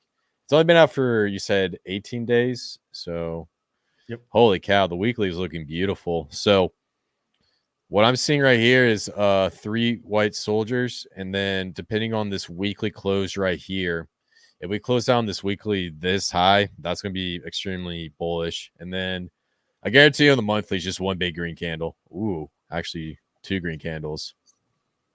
Yeah, so across all time frames, Volt looks phenomenal. You can definitely tell that the buy and burn's doing its thing, and the tokenomics on the project's phenomenal. So I want to say shout out to Steve, and I'm excited for Viper, man. That's one protocol I'm excited for. Well, another thing just as kind of cool with Volt is that it does have that real easy narrative of, let's get the 10 cents, let's get the $1. It was pushing towards 1 cent, if whatever it was at the start. It got the 1 cent, 2 cents, and people are already calling for 10 cents, $1. It's a nice little narrative that it has behind it, nice and simple round numbers. Yeah, a lot of people, if they're not accustomed to crypto, they see the 5 zeros, right, 6 zeros, whatever, and they don't even know how to even gauge how many quantity they could get for like $100, right? But they see 4 cents, they're like, I know what $100 could get me, and I know where it could go, and it's kind of on the lines of like a penny stock, if you will, viewpoint. Yeah, and one thing I will also notice is a lot of people compare every single chart or every single token price to Bitcoin. So as long as it's under the price of Bitcoin, they're going to think it's cheap. That's one thing I notice. So yeah, man, we got burnt supply 22%, liquid 70%, treasury sitting at a little bit under 8. Buy and burn, I think I just saw it. The buy and burn balance right now is sitting at about 5.8 million. So about 4 trillion Titan X. Buy pressure today 761,000. So yeah, man, all I gotta say is bullish. I got not a single bad thing to say about this protocol on the charts, the buy and burn, the treasury. Like, you're not gonna hear me say a bad thing about anything about Volt. So after so long watching people do TA on absolute garbage charts, this is great. Yeah, man. This is the easiest TA ever. Everything just goes up. So if you mess up the TA on a bunch of charts that go up, then you should fire yourself.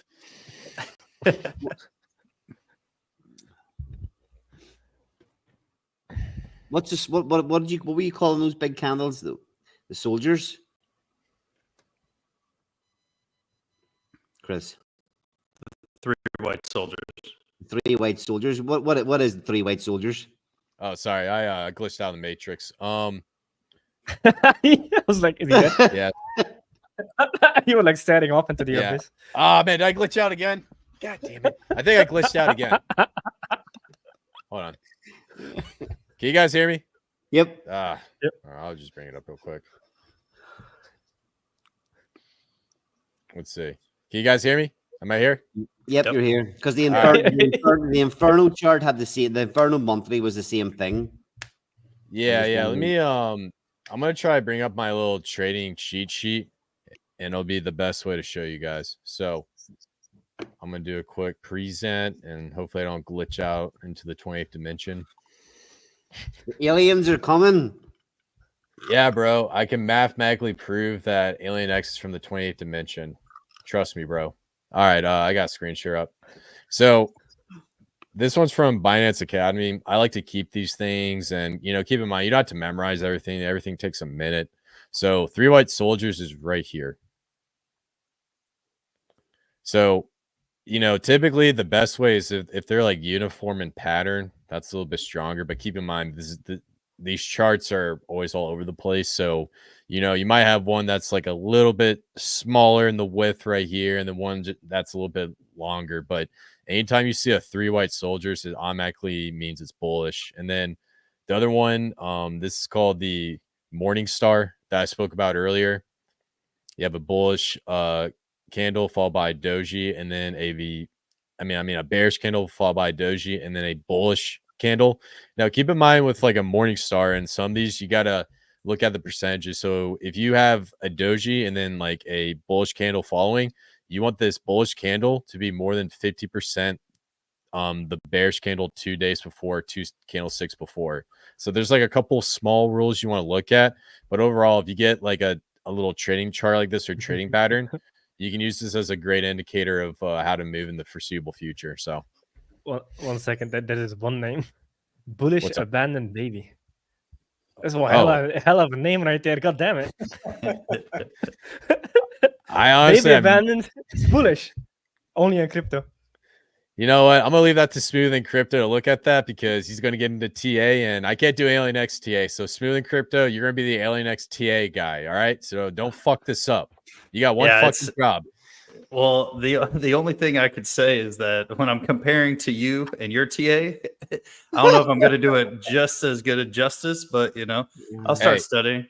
Just like Jake said, if you can figure out the bullish abandoned baby, I think you'd be all right, man. So yeah, we've I'll got just put it on my notes.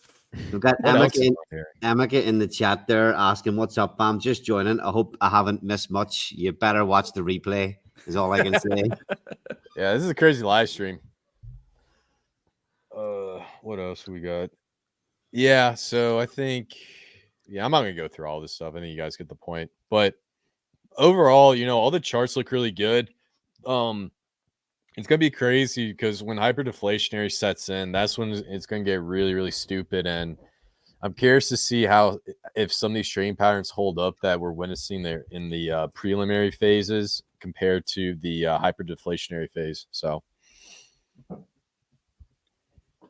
yeah, it's all in the warm up right now. We're all just getting hot, getting warm up, Yeah. getting the muscles ready. You never know, Jake. Jake might just launch. No, Jake might just be like, "Oh, there's a Elliott Wave Triangle X28 launch. Screw you guys." I'm just kidding. Yeah, right enough. We've got Ouroboros launching tomorrow. Mm-hmm. I haven't even actually mentioned that at all. Huge. Have they been out on? I haven't seen them. Has there been any streams about it, or just Mike Dean has on a stream, and he's very active in the Telegram channel. That's right, he is. We're trying to get him on a stream with his voice. Me and Mo are trying.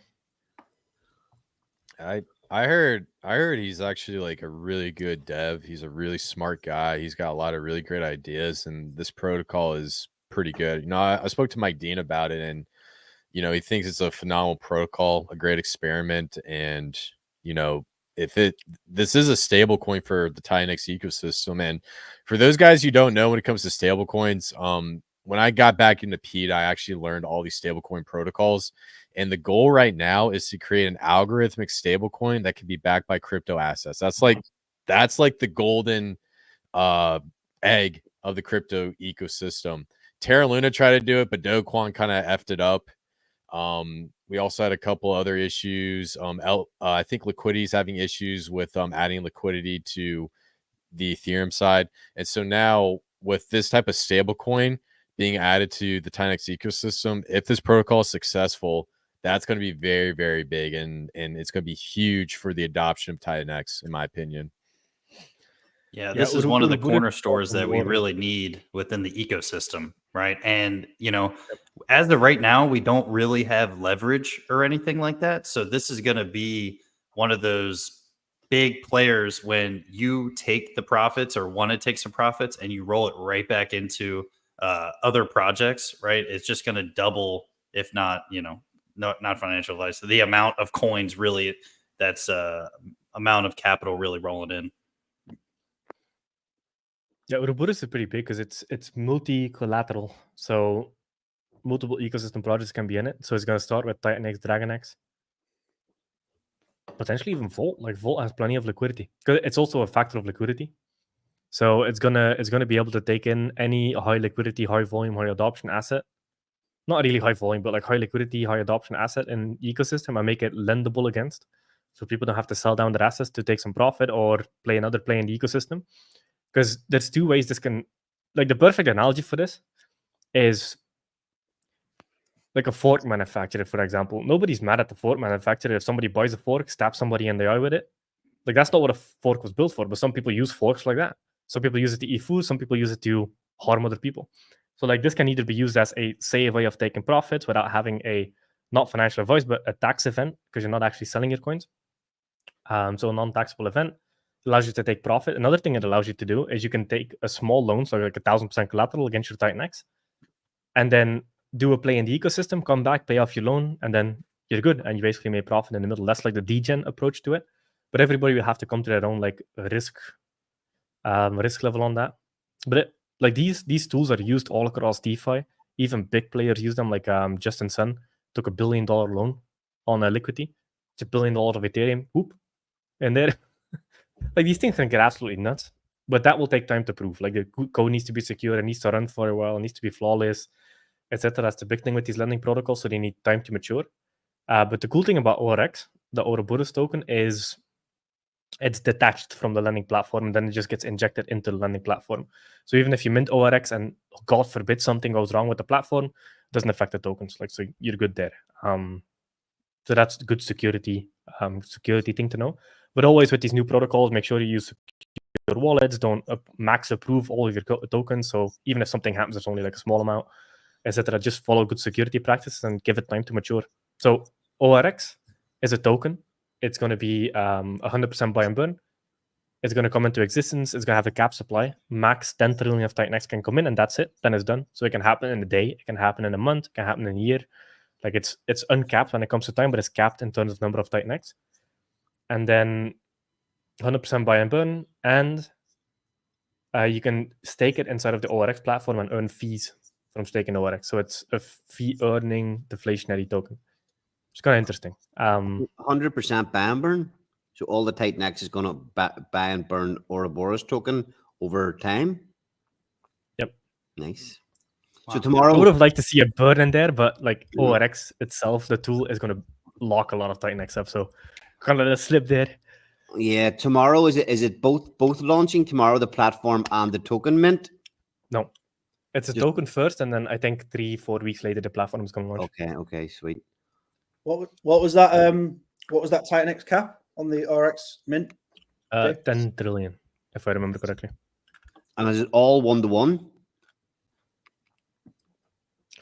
It depends. So it's the vesting period. So you can choose either you do a week up to 52 weeks. The longer you go, the more you get. But it's still more TitanX, essentially. Okay. Well, that supply's gone tomorrow. Let's face it. Just make sure it's secure. That's the biggest thing. So he published audits. That's good. So he's following the TitanX ethos. He's doing the IBSLP LP rule. He's publishing audits before. So like a big thing in the ecosystem is we prefer doxed devs, but it's not a requirement. Like it just makes marketing easier, it makes adoption easier, provides good content, good streams, good marketing for the community.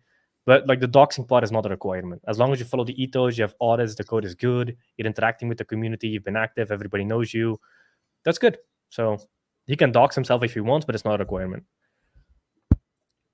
Yeah, and I think as well, a lot of people behind the scenes speak to him. I speak to him a couple times a week. I think a lot of people who I know him personally or have spoken to him on calls. So yeah, I'm pretty confident that, as long as all the audits are in place and the code is secure, then yeah, I think it's going to be good.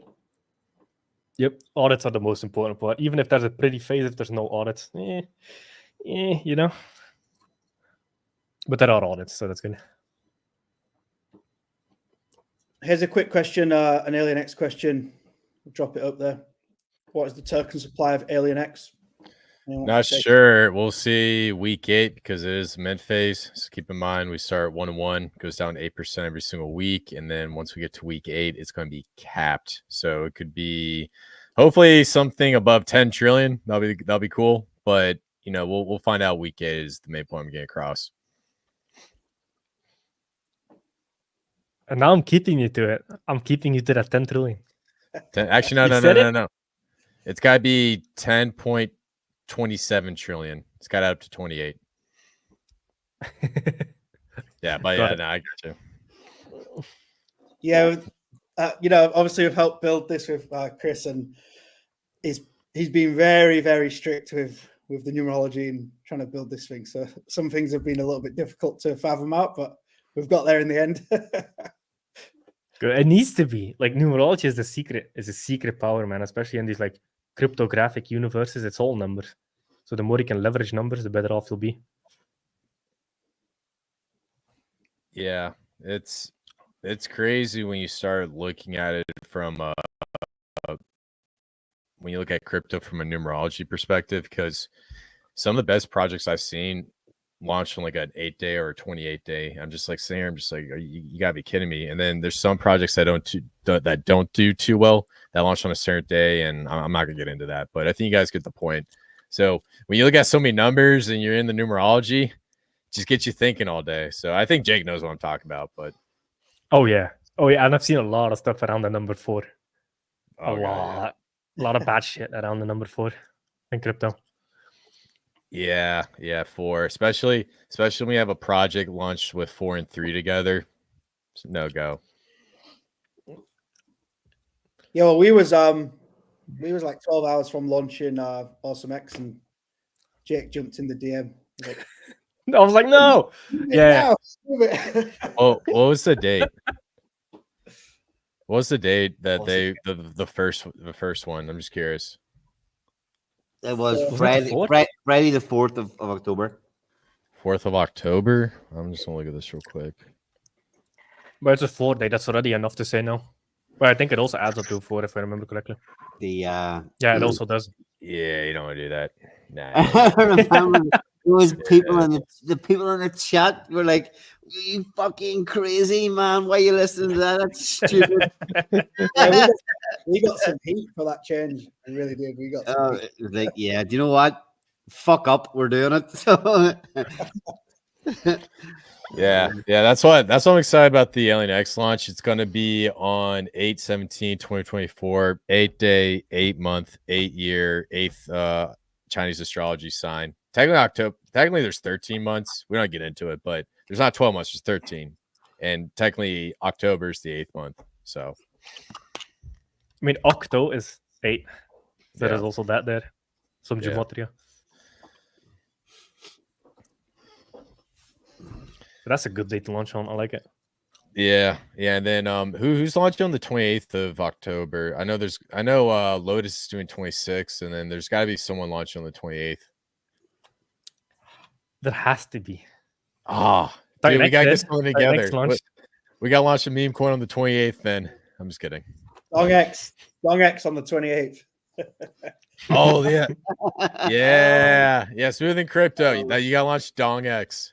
That's Yeah, a quick Gugat's- turnaround. Wait, We can do it. Gugat's We got can a do good point. we can is do a it. full We can do it. Wait, actually, now I think about it, Alien X be launched under the same similar numerology astrology conditions because when it was October 28, 2023, that was a full moon as well, right? Could be. I didn't look at the moon cycles. I was think it dead was. set on that 28 number. No. Because like when I saw that and I looked at it, I was like, dude, I know what he's doing. Absolutely love it. He talked to someone from GG33. Love it. Oh, I tried. I watch a lot of that shit, and I talk to a Yeah. lot of the guys. Yeah. Yeah, like GG33 is the best practical numerology stuff. Because when you read numerology anywhere else, it's just like all this woo woo. Like it's not a link to a real world event and real world examples, and they're amazing at just making it practical. Like how do you apply this to what you're doing? That's what they're Yeah. amazing at. Hey, and then the other thing, Jake, did you look at the date of Helios when it launched? No, I didn't. All What was right, it? so 2/28/2024, 28 plus 2 plus 8 equals 38. It's crazy. Helios has the H8 on the 20th of the month. Like when I saw that date, I was like, and the funny about it is like the dude doesn't even believe this stuff. And he had like the best launch date I've seen when it comes to numerology. Oh yeah, and the H is 8 exactly. That's why I did Hyper and Hydra. Yeah. So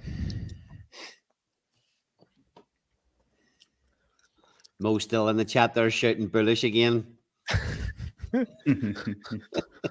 So I'm curious, Smoothing Crypto, out of all the 10x project, which is your favorite? And based off of what you pick, you're saying all the other ones suck ass. No pressure at all. No pressure at all. Hey, We gotta have some drama. don't hurt my bags, okay? I'm gonna use it here. Yeah, right. It's really hard to say because there's so many different aspects you can go, and because some of these projects are just going to take longer to play out. You know what I mean? So, I don't know. I mean, give us a political answer. Yeah, Just let's be hear like the politicians. Just give a roundabout answer about nothing. well, they all do a really great job, and a ton of these projects have a lot of great founders, and they do a lot of great stuff for the ecosystem. And I could just keep going on and on, but yeah, I mean, I'm really excited that everything that's coming out is definitely changing a little bit of the previous project, a little bit of the previous project, and it's all going to be stepping stones at the end of the day. And whether it's new or old tokenomics, right? The fact that it's a beneficial thing for the ecosystem is really all that really matters, in my opinion. 8 out of 10 political answer. That was pretty good. That was pretty damn good. Well done. Thank you. The other 2 points to make it 10 out of 10, I needed to talk for like 3 or 4 minutes straight. That would have really locked it in. At the end of it, you're like, what was even the question? I think the dude definitely wins for, in my opinion, the most beautiful DApp created yet. See, the Element 280 is the DApp is awesome. All the new features, he's got the ETH thing built in there, the liquidity, the links through to the market sites, and then that page with whatever it is, the 14 BAM burns is beautiful. So Love it. Good job, dude. Good job, dude. Yeah, Yeah, when it comes to complexity to a simple UI, that amazing job. Because it's a very complex protocol, Element 280. Fucking amazing. Mm-hmm. And just add on to what Jake was saying, what's important about Element 280 is it's going to give these projects life in the foreseeable future with that burn effect. So I personally think that's actually going to be one of the top most important projects in the TinyX ecosystem when it comes to sustainability for a lot of these projects. So shout out to the dude, man. You did a great job. And dude, after that live stream, man, he looked like a zombie. Like, I swear, like, you look at his eyes, dude, he looked like he was in the movie The Walking Dead or the TV show, whatever. I don't watch these things, but you know what I'm talking about. Hey, Chris, you've got a launch live stream lined up, right, for Thursday? Yeah, we're gonna start 12 p.m. Eastern Standard Time. I'm gonna put it out there. We can go for 2 hours. The max I can do is 4 hours. I'm gonna send it out to Jake, the whole crew. Anybody's welcome to come on. We can talk about Alien X. We can talk about TA. We can talk about projects. If you got something that if you got a project you want to shill that's launching on TinyX, you're more than welcome. Come and talk about it. This isn't going to be an Alien X cult or whatever. So feel free to join in. Go ahead. One rule. It needs to end at 3 hours, 3.8 hours, or it needs to go to 5. We're not ending it on a 4. No. If you see the number 4, run away. Oh, that's all I got to say. That was another thing, Dave Crypto Awesome. He had the project was launching on the 4th with a 4-hour stream.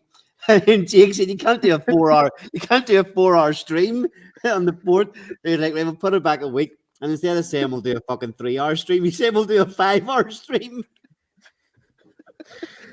I mean, this stuff matters. Yeah, because I was like 44 as well. Like, okay. Yeah. We need to like. Go ahead. Sorry. Yeah, but that was a funny coincidence because like the whole like project has a lot of numerology in it, but then the launch date, that was like the one thing, the most important thing actually. Like the launch date is pretty damn important. Ouroboros launch is on the 7th date, so tomorrow is the 16th. That's a 7 numerology. So 7 is a number of the genies and their intellect, and the lone wolf. Mm. So that's a pretty good number for Ouroboros. Yeah. You know what? So it's so funny. My girlfriend can't pronounce the name Ouroboros. She calls it Ooga Booga. Booga booga. Just something Ooga funny. booga.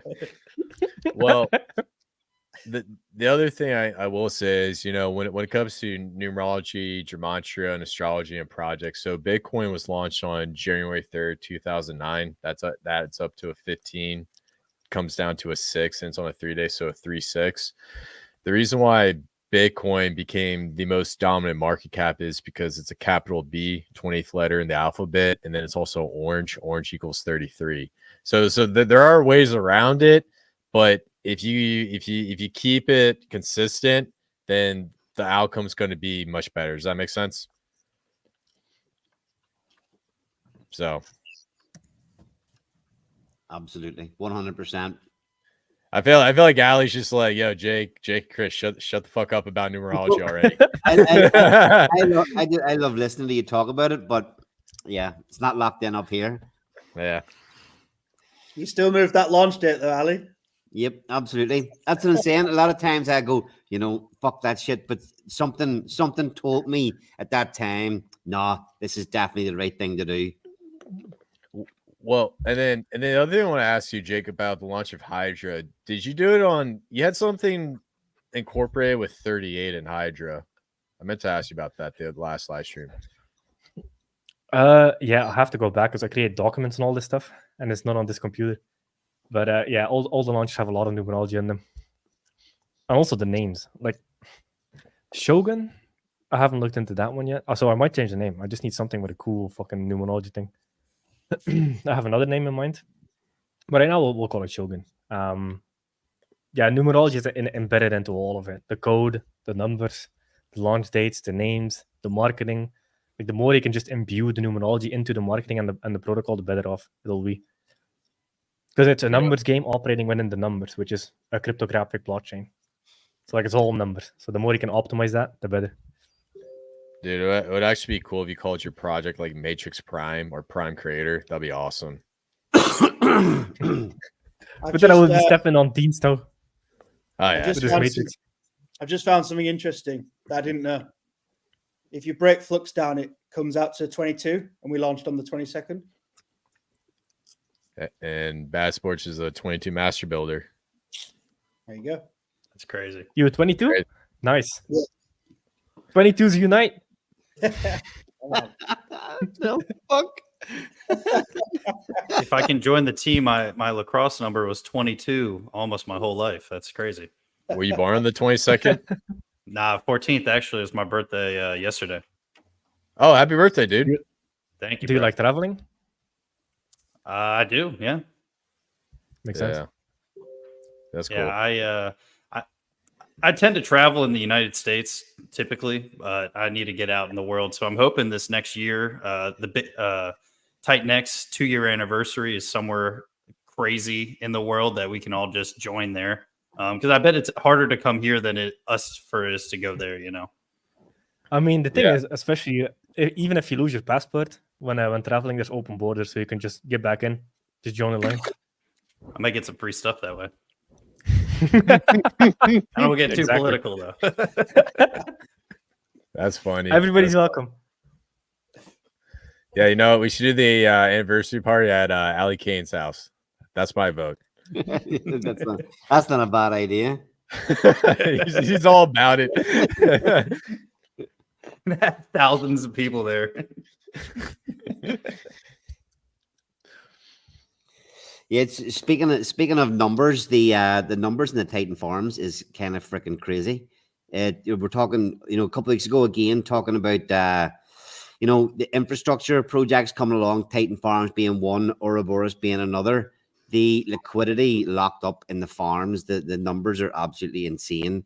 Even I think Inferno was sitting at maybe 150k liquidity, something like that, before the farms kicked, before the farm came along.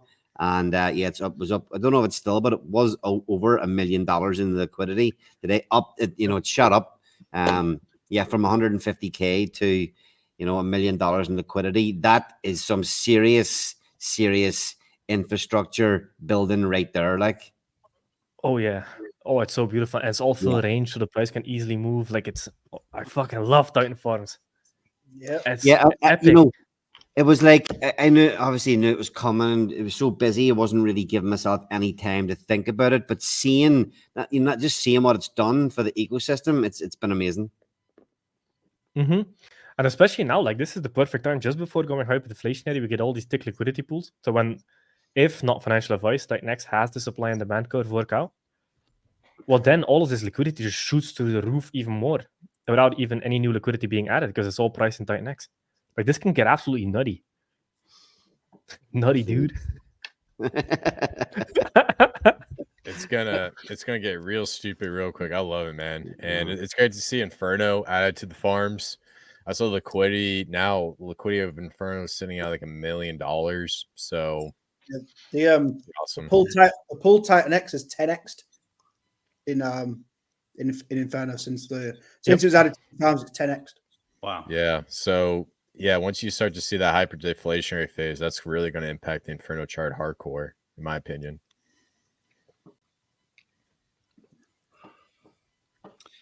Yeah, look, I'm gonna have to bounce off here. I still gotta drive home here. Sitting in the office. Fucking yeah. And I gotta bounce off here. But listen, thanks everybody for coming on the show tonight. Josh, you staying on for a while to chat to these awesome dudes. Yeah, I'll stay on. Yep. Oh yeah. All right. Yeah, listen, nice to chat to you all. Thanks for coming on, and yeah, take it easy, everyone. Peace out. See you later, brother. Yeah, I'll chat to you tomorrow, Chris. We'll get He's this listening thing. to he's going to be listening to numerology podcast in his car. Like, oh, I fucking hate numerology, but let me learn some of this stuff, you know. yeah, you've got me. Yeah. Yep. Cheers, man. Cheers, bro. All right, sweet. What do you guys want to touch on? So we have 2 launches coming up. We have Alien X, Ouroboros, and then on the 26th we have Lotus on Volt. The launch timing of these are so good because it's just before hyperinflation. Like this is the perfect time to launch, especially like infrastructure stuff, like farms and borrowing and lending. This is big, like just the right timing for everything. And I want to see something launch on the 28th.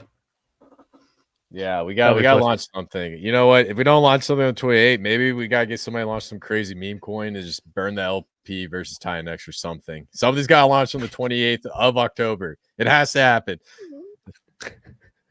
So, yep. And Smith and Crypto, I'm going to leave that to you, man. So, I got a lot of building to do. Yeah, Smooth, we've got a call to get in actually. Yeah. After this. Yeah. So, wait. Did I hear that right? You building? No, not financial advice. Wait, are you building or not? Dong X coming soon. Everybody's building, man. Like there's so many people just behind the scenes that haven't announced yet. It's so awesome to see. I fucking love it. Because once you become a builder, there's no way back. There's no way back. Once you have the skill, that's the only thing you'll be thinking about. Really? Yep. Forget about your old life because that's gone. Yeah. Gone forever. Josh is perfect example of that. So you're saying that I get to be like you guys now. So I'm growing up and I'm gonna be you guys one day. That's pretty sick. I'm just kidding. But And jacked. And jacked. Okay. All right. I got you. Oh, you. Hey, but I think ultimately the one thing that I'm really excited about, I know the second time I'm saying, is the X28 builds. I'm really curious to see what type of stuff people build on top of that, whether it's Memify, another just like I don't know, like a Titan X, Helios type of protocol on like another chain that utilizes X28. I think that's what's going to be really cool. Mm-hmm. I'm excited for that. I'm trying to figure out I'm trying to use the Omnichain technology to do some crazy game theory stuff. So I'm still working through my mind on that. But X28 will be a kind of like an infrastructure layer, so everybody can build on all chains. But then what can we do from that point on? Like that's what I'm trying to figure out. Because you could launch, like I'm not sure with how I'm designing Shogun, I'm not sure I'll be able to do it. But in a perfect world, Shogun should be able to be built on X28 and also be Omnichain. And then I can just have an X28 pair on all the chains. So like there's a lot of like Omnichain stuff, extra game theory that comes with it. So I'm trying to figure all that stuff out now. It's kind of what I'm working on when I'm not marketing like a madman. Yeah. Yeah. You know, trying to wrap your head. So we already got so much game theory is crazy. And then once you add X28, you take it to another dimension. So the game theory just gets even crazier. So Yep. What about you, Bass Sports? What's your favorite project coming up? I will put you on the hot seat like it was Smooth and Crypto. Just anything I'm involved in, I love it. Like, just immersed in it, totally consumed by it. So anything I'm involved in, even assisting, helping, chatting to people, I love it all. I can't pick anything. I'm going to give a politician's answer, and anything that supports the ecosystem, I'm buzzing about. That's it. Yeah. To be honest. That's all you're getting. Yeah. Well, you guys want to know my favorite project on Tynex? Go for it. My favorite project is Alien X, and everything else sucks ass. I'm just kidding. I'm a double one, so just so you know, I'm just kidding. But yeah, you know, I like all the projects, and I do agree that, you know, ultimately, as long as there's some sort of deflationary component behind it, and once Tynex goes hyper deflationary, then you will feel that leverage effect, and ultimately, it's going to be a beautiful ecosystem. For me right now, the craziest one that has launched recently was definitely goes to Volt. Just from like the impact on the ecosystem, because I like watching on chain to see what type of protocols bring in new people outside of the ecosystem, and Volt is definitely on that top list. Like, I've seen so many new people and new wallets come in just through Volt alone, and this is just by literally looking at every Byte transaction for like 2 hours straight, and just seeing their wallet and where they come from, because that you can kind of reverse engineer. So like Volt has brought a lot of adoption, and I think it's because it's just top charting on Ethereum this entire time. Still, like, it's still in the top 5. Absolute insanity. So like Volt has been a massive like net benefit to our ecosystem. So I'll be curious to see how the Volt wheel turns out. Like, using all the build on Tynex protocols, feeding them back into Volt, creating like the synergy between all of them, and then the wheel. I need to talk to Steve, because I think there's some crazy shit there. It's gonna be a long conversation. Mm-hmm. I think the Volt wheel is definitely revolutionary in the way he's like building on top of other protocols. Because what I really like about him putting the Volt wheel on top of Inferno is when we go through the Alien X phase, that's just going to accelerate the future burn of Alien X once that's rolled out. And so it's going to get really stupid in our sub ecosystem on top of when we have things like Goat X and other protocols on top of it. So, you know, shout out to you, Steve. Keep doing what you're doing, man. And if you ever need anything, man, just hit me up. So, and then, oh yeah, the other protocol, I completely forget, Morpheus. So Rax Riches, he's building Morpheus on top of Dragon X. I love the branding. It's phenomenal. He's building on top of the Dragon X ecosystem. And, you know, he's actually a really big live streamer. He's a big X personality. And I've had a lot of conversations with him, and he absolutely loves the Tynex ecosystem, and he's really super duper excited. So, you know, I don't know when Morpheus is launching. I have no idea. But when that comes out, I will not sleep on that, because you never know what's going to pop up in that sub ecosystem. Yep. I mean, Morpheus is kind of part of the Dragon X ecosystem, because it's going to have its main pair with the Dragon X. So that's what I love, man. You don't have to pick camps. You can just get the core tokens and you're good. Mm-hmm. I like that a lot. Yeah. And, you know, I was talking to Brandon about, you know, Dragon X. I was giving him a breakdown of the ecosystem, and he was really attracted to what Eric was building with that protocol, and it was like the first protocol. So he wanted, you know, go towards that camp. And then me and Goo Guy decided to come in and build up the Inferno side, because we're meme coin traders at hearts. We're borderline dumbasses when it comes to trading. So it makes sense that we get the meme coins popping in this ecosystem. Oh yeah. And then and then Helios is like the responsible Wall Street of crypto investment fund, and then Volt is just like this Tesla type of deal with Tynex. I like that. Yep. And then one other sub ecosystem that's kind of popping up now is around Hyper. So you have Mydean building on it, you have Warp building on it. I think there's a third protocol also building on Hyper. So like, people are just filling the holes.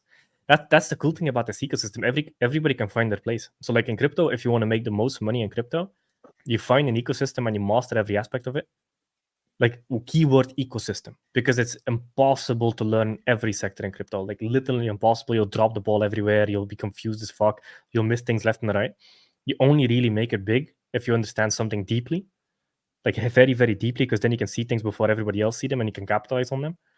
So like picking an ecosystem and mastering it from the inside out is by far the best strategy. And in this ecosystem, you have so much opportunity of just learning a sub ecosystem and completely mastering it, and then you can go from there. Like this, like with TitanX, I noticed this, man. Like I think 3 weeks ago, I had this. I was looking at CoinMarketCap. I was like, okay, what's Bitcoin doing? After like 2 months, I was like, what's Bitcoin doing? So I went to CoinMarketCap. I saw Bitcoin was basically at the same price, and then I realized, holy shit, I completely forgot about the rest of crypto because we're just in our little TitanX echo bubble. And it's so nice and so comfy. Because even while Ethereum and Bitcoin are doing nothing, we're having our own little bull run. Keyword little, because the official bull run hasn't even kicked off. Like we're having a massive bull run on TitanX, but when you look at the macro, this is a massively little ecosystem popping up with like a niche of a niche of a niche in crypto, and this will only keep expanding. And then once we hit the official bull run, that's when the shit kicks off. Yeah, that's when it's gonna get real stupid. So I love it, man. You know, I had a conversation with my younger brother on the weekend.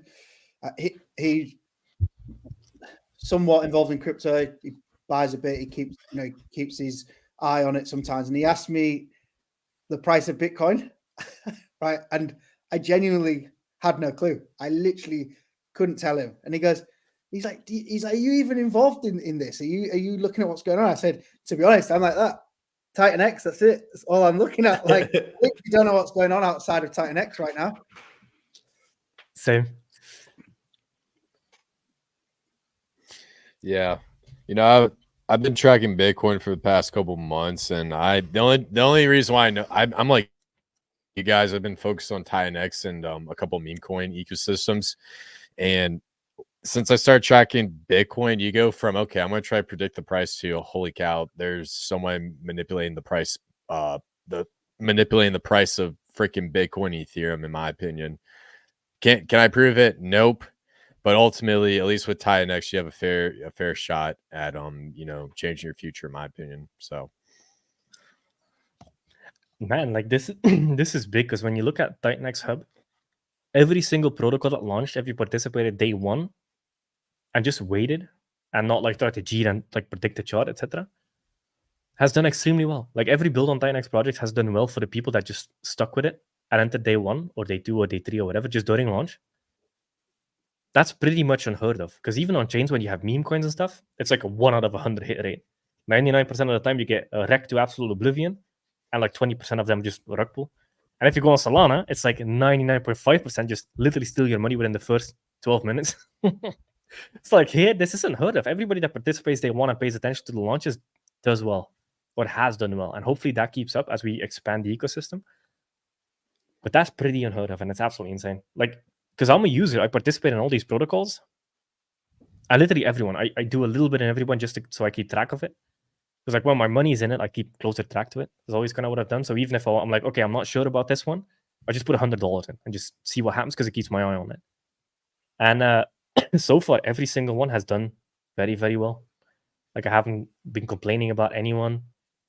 It's nice. It's so nice. It's so comfy being here. I love it. Love it. All right, guys. Well, I need to skedaddle out. I just want to say thank you so much for live streaming with me, Smoothing Crypto. It's good to see you, man. Bad Sports, thank you so much for always grinding, doing all your hard work. You did a lot of great work with AwesomeX, AlienX, and Inferno. Jake, the man, the myth, the legend, man. Hey, shout out to you, man. Thank you so much for marketing, all your efforts, and all that good stuff. And guys, please do me a favor before I peace out. Share this live stream out. Smash the like button, leave a comment down below, and continue to tweet this out so that we can continue to accelerate in the algorithm for marketing purposes and to connect with other souls. Oh, yeah, Mo, you just came in right before I was about to leave, man. The spirit animal. I heard you, so I ran back in. Brother, all right. Appreciate you. Love it. And also, let's fucking go. Shout out to our boy Mo over here. Guys, please follow him. Continue to show support. Follow all these accounts, guys. Till next time, man. Hopefully I'll see you guys on Thursday. Yep. Cheers, Chris. Catch Cheers. you later on. Peace. Mo, I was sometimes I have these random moments where I just start laughing about random shit from the past. And like we did a live stream together. I think it was with Johnny Papa, and I think you did like the send off at the end of the stream. It's gonna be nice. And then you're like, what the fuck kind of send off was that? I'm still laughing at that for some reason. That's funny. Yeah, I had a brain fart that day. I was like, yeah, that's nice. Nice. This is gonna be nice. No, let's fucking go. Nice. Yeah, pretty much. Let's fucking go. That's all I'm trying to say. Let's fucking go. Every fucking protocol, man. This shit's awesome. How you getting on, Mo? All good? Yeah, I gotta get back off, but I just wanted to get on and do the salute to Chris. I appreciate what he's doing, and I'm super psyched for Alien X. Yeah, man. Nice. All right. Yeah, Guys, peace out. interesting Have a game good day. theory. Yep. Another interesting game theory element that just popped up in like our ecosystem is now we have farms and we're gonna have a borrowing and lending protocol, which is Ouroboros. So now there's also this extra game theory element of what if something through meritocracy? Because somebody asked me in a DM like, "Hey, can I get on farms?" And I gave him the political answer of like, "Hey, it's a meritocracy. Like relationships don't matter. If you have adoption and volume and you do good marketing, you'll get in farms. Whether or not you know me, could give less of a fuck about, like absolute zero fucks. As long as you provide value to the community and you have plenty of volume, you'll get included in the farms. So like now you have this extra element, a game theory element of projects launching on whether or not they get included in the farms and whether or not they get included in Ouroboros and be able to be borrowed against. So that's another interesting thing that's popping up in the ecosystem. So now you can do like these early plays, speculating on something happening in the future on like farms or Ouroboros or whatever, and it's completely decentralized. There's not one person controlling in the background. It's a community of people. And this will only get crazier. Like in the future, I would not be surprised if we have some absolutely bonkers, insane omni-chain protocols. Because at the pace that this community is building, it's completely unheard of. So like the Titan X that was at day one is like the V0.1 version of Titan X. And now we had V0.2 and V0.3. And now we're like at the V2 version of Titan X or V3, whatever kind of order you would like to use. So it's going to be very interesting to see in 6 months. Look at how much has changed in 3 months. Fuck it, the last month. Yeah, I think, yeah, even just like the last month has just been insane. Like just the adoption, the amount of streamers popping up, the builds, like it's gone crazy. Like literally since the Nothing Burger of 280, day 280, it's just gone absolutely phenomenal since then. It's crazy, man. It really is. I'm still pissed I didn't buy the bottom. I had to chase the price. Because I had a fucking limit order on day 280 and I was like, oh yeah, I'm going to get this one. And then woof, and I was like, oh, okay, fuck it. It's not happening. I have to chase the price. So I started buying. That's exactly what happened to me too. I was like, I was buying a little bit here and there, and I had my max stakes coming out and stuff, and I was like, but like it's gonna drop. I'm gonna be able to put a nice little bag in there, and we're just gonna be up. And then I was like, well, that didn't happen at all. I was like, I gotta change my game plan, I guess. Holy shit! And now as well, it's like for me, like I'd say I'm 80% not in Titan X. So all my portfolios in build on Titan X protocols, right? So now I'm not chasing the price of Titan X. I'm just chasing the new launches. So buying Titan X just to literally get into all the new protocols. So the price of Titan X to me now is irrelevant because I'm only buying it to get into these new launches at the minute. I'm noticing the exact same because I'm just looking at. So I think I'm like, how much is that? 30% in Titan X roughly, and 70% is built on Titan X. Because they're just so good. You can't ignore that shit. It's just so good. It's like I'm 30% Titan X, 70% inside of build on Titan X protocols. Nice. Yeah, I'm probably right around like that 33% Titan X heavy. That's crazy, right? This is the perfect like early indicator of what happened with Ethereum in the early days. Like it's following the exact same kind of adoption trajectory where people that just get Ethereum to get enough stuff on Ethereum. And that's a beautiful place to be in. Because then people just buy your stuff just to get to the thing they want. So it's fucking perfect. It couldn't be better than that. And that's only because the builders are so good. That's basically our double burn or double buy burn that we were doing, right? All over again. And that's pretty much how I'm getting in most of these projects too. I hate touching my bag of tight necks. So I'm like, geez, I got to put more money into crypto like every freaking week. It feels like it's not Yeah, a and bad also, like, play when everything has been doing very well. So it's not. I'm not mad about it, but Oh, 100%.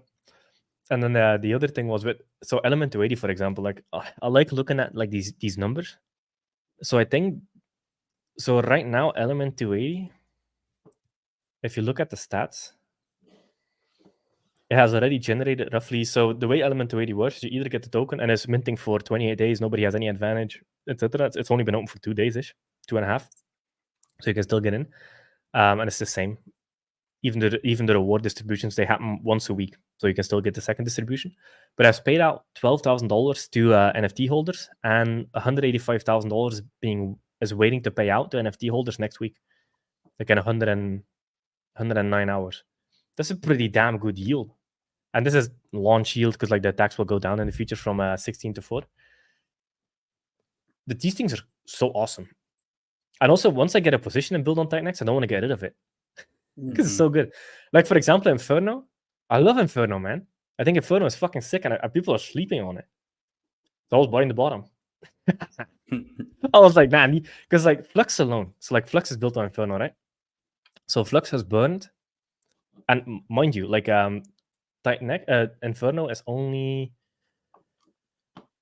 a 6 million market cap, and Flux has burned 346,000 Inferno.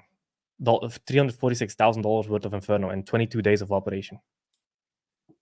Like, these ecosystems are fucking. How can you ignore this shit? That's the crazy part. Yeah, that's one of the main stats I look at with Flux is like, you know, Flux is built to burn Inferno and it's every day. So, you know, that's where I think we're 23 days in, 24 days. So yeah, I mean, where's that going to be 100 days from now? You know, Inferno is going to be just burning away. You've got AlienX that's burning away. E280 is burning Inferno. Like, yeah, it's disappearing. And even when, you know, I heard you multiple times, Jake, on stream saying people are sleeping and still they didn't listen. But it looks like they're working up a little bit. For sure. Right? Yeah, I love these core tokens in the ecosystem. Yeah, a lot of the times, you know, when people hear that projects are getting released on certain or benefiting certain other projects, a lot of people are trying to front run that. And, you know, that's kind of why I thought, you know, Inferno had that nice little pump recently and currently within it, because they know AlienX is coming out. They know Flux has been just crushing the supply and E280 came out. So it's all just beneficial at the end of the day. Oh, yeah, 100%. Yeah, E280 had a really significant impact on the whole ecosystem this last few days. Very cool.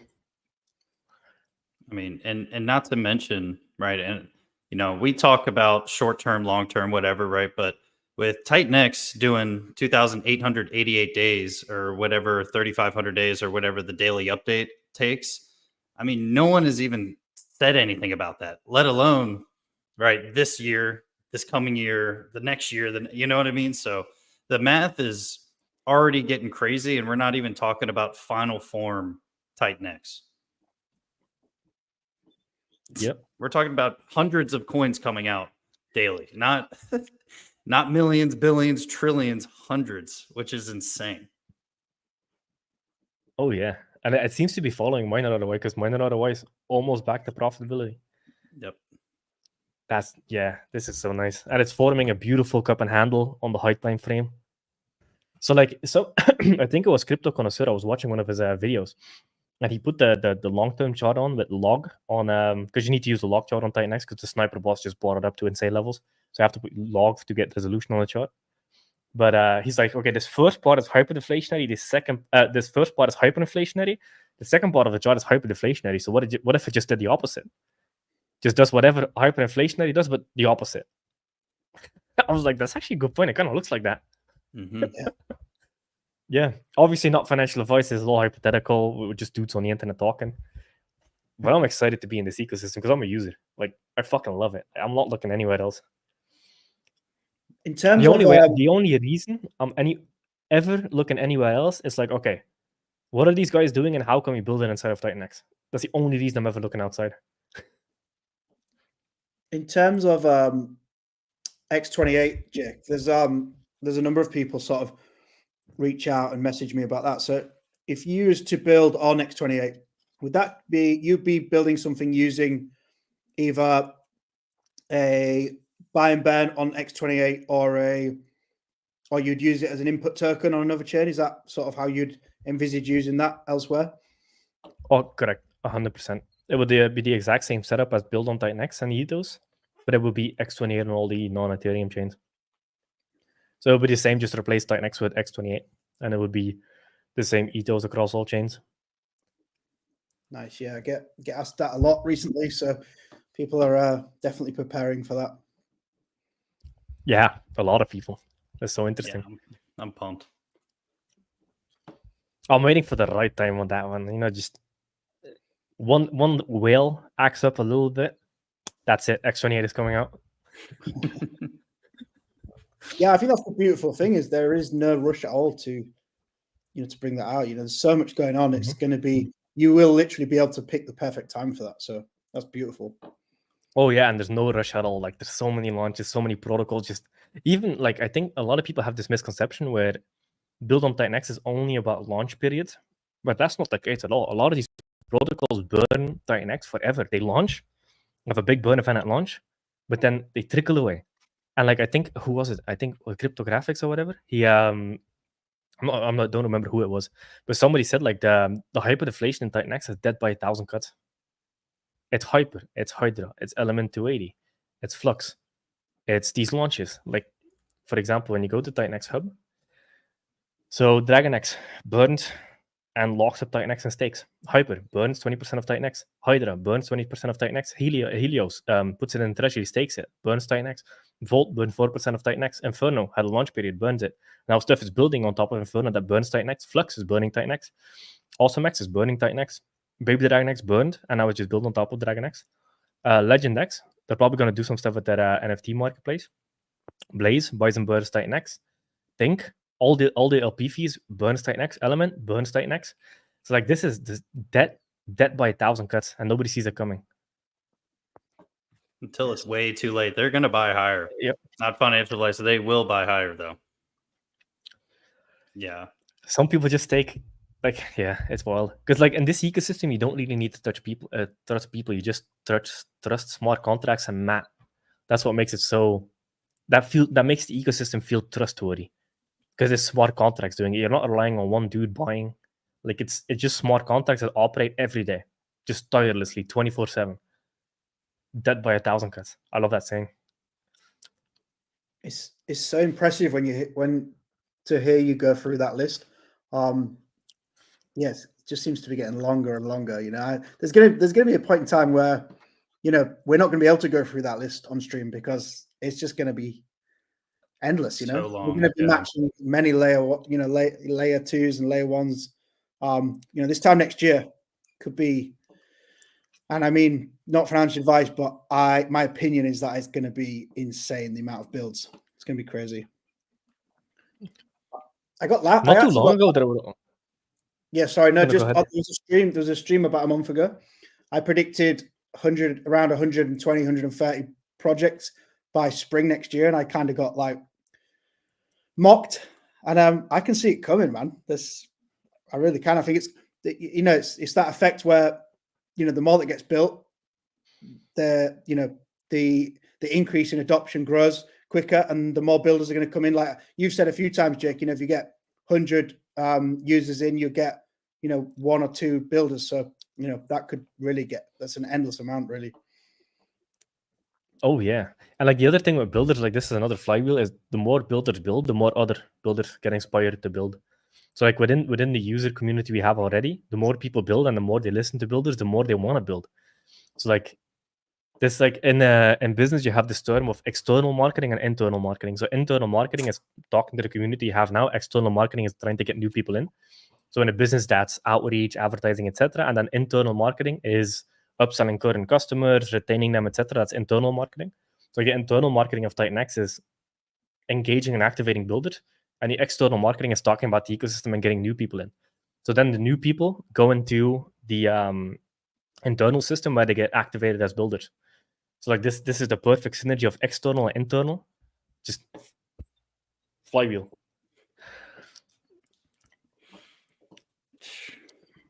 We might It's- have a potential new builder on the stream with us tonight. Mhm. It's got to be One sick. of us. One of us. Hell yeah. Yeah, and I'm really bullish on Titan X, to say the least. The whole ecosystem, but yeah, I'm. It's hard to not talk about it, right? You know, my girlfriend I talk her ear off, and she has no idea what I'm saying at all. Like, she's going to be a doctor, and she has no idea what I'm saying, and it's hilarious. And I just am like, all right, you just let me know when I need to stop talking, because it just gets You know too how you bullish. solve that? Yeah, you know how you solve that? I just put my girlfriend in Titan X. Because like in the beginning design of Titan X, I wanted to build something that I could bring my friend and family into and not feel bad about it. So I did that. My dad is in, my mom is in, my girlfriend is in, my best friends are in, and they all did it the same way every other user did. They just started miners at the start. That's it. There were no insider deals or shadow things or secret game theory that nobody knows about. That's the cool thing about fair launch, is you can get everybody fairly in at the start and not feel bad about it. Yep. Yeah. So like my girlfriend understands Titan X, so it's kind of easy to talk about it. That was That's the awesome. quick solution to it. Just get in. So she watches streams and stuff. It's cool. Yeah, that's So awesome. we're gonna have some really cool content on the first anniversary on 26th, 27th. We just got off a call tonight before we jumped on stream here, Jake, with a couple of the sort of we've broken up the the conference into like 3 teams. So there's 3 prominent teams from within the builders and the streamers. We've broken that up into 3 sections, and we had a really good call tonight. Max was there, Smooth. So yeah, really hyped for that, because we started to build some structure into it. We're scheduling out all the speakers, and yeah, I got really excited because we've got some good ideas there. It's going to be a big one. It's going to be long. We're going to be there for a while. So yeah, hopefully you're going to be jumping on for most of that. I would imagine it's going to be good fun. Oh yeah, I'll try to be on for 100% of it. For Good sure, luck. because people should. Oh nah, I'll be fine. I'll be fine. Yeah, but then the thing with the anniversary streams and these streams in general, I've seen a lot more community members create clips and post them on Twitter so we can share them. I've seen it a lot recently, just random streams like alpha clips, etc. They post it on Twitter. We can share it as a community. Also, another thing with like creators, don't just post your video and stream on YouTube. Also do it on X. So when you upload your video natively to YouTube, also upload it natively to X, because it makes it way easier to share out. Because the numbers are the click-through rate on a YouTube link. So when you post a YouTube link on Twitter, out of 100 people that see it, maybe 1 or 2 click it. Like, it's very, very low click-through rate. So you're thinking you're getting a bunch of views and exposure, but you're not. So post them natively to each platform, and when you stream, use StreamYard, stream to YouTube and Twitter at the same time, so everybody can share it out. Because crypto is very like X native, Twitter native. So like X gets by far the most engaged, by far the most views, by far the most reach. So natively share them out, and then the community can share your video out to the rest of the community and outsiders. So that's a big one. So I've seen people clip up the stream so we can share them. It's been nice. Like I see this like snowball effect as well in the community, and it's not just one person. Like it's 5 people that I've seen post clips. Callum does it, for example, on all his streams. He also has this in his bio, like building on Titan X. So I think a lot of the creators are going to end up becoming builders as well. Yeah, I've got a stream with Callum tomorrow afternoon, just to go for Alien X, and yeah, he without leaking too much, he said, "Can we have a chat on a few things I'm looking to build?" So yeah, I fucking love it. Happening, man. Yeah, it's crazy. And just for reference, we've got 11 accounts connected tonight. 11 different accounts on this stream. So Wow. Yeah. Nice. Sweet. Good. What do you guys want to touch on? I'd like to touch on my pillar actually pretty soon. It's getting there. It's getting there for me. I've got tomorrow is continue some testing early in the morning for Alien X, and then deploy in the afternoon. Got a stream with Callum, and then just get ready for Thursday. I think we'll probably be streaming most of that day, to be honest. I've got a stream with Jordan Riz Thursday morning, hopefully like 10 a.m. UTC, and then we'll jump on stream with Chris and launch Alien X. Yeah, busy week. It's gonna be good. Yep. I'm And then pumped. It's Ouroboros gonna be tomorrow. it's gonna be bullish. It's gonna be bullish. Yeah, man. I think it's best that I'll let George go to sleep. I'm a psychopath, so I never sleep. Just whenever my body is like, you need to sleep now, that's when I'll go to sleep. So my Mhm. sleep schedule is like whenever. Sometimes I go to sleep at like 2 p.m. in the afternoon. 3 hours, I'm good to go. All right, let's get it. Yeah, I had around 6 to 8 weeks of just yeah, it was crazy, man. So I actually I had to kind of come off the streams a bit. I was still heavy on X, heavy on Telegram, marketing nonstop, but I just had to come off the streams and just focus on the building for a few weeks. And then so this week Alien X comes out, and then I'm back in the game, man. I'm back. So Let's go. yeah. Sweet. So look, appreciate you guys for coming, Jake. Appreciate you as always, man. And we'll catch up very soon. So thanks, guys. Yep. Peace Oh, yeah. out. You. Take it easy.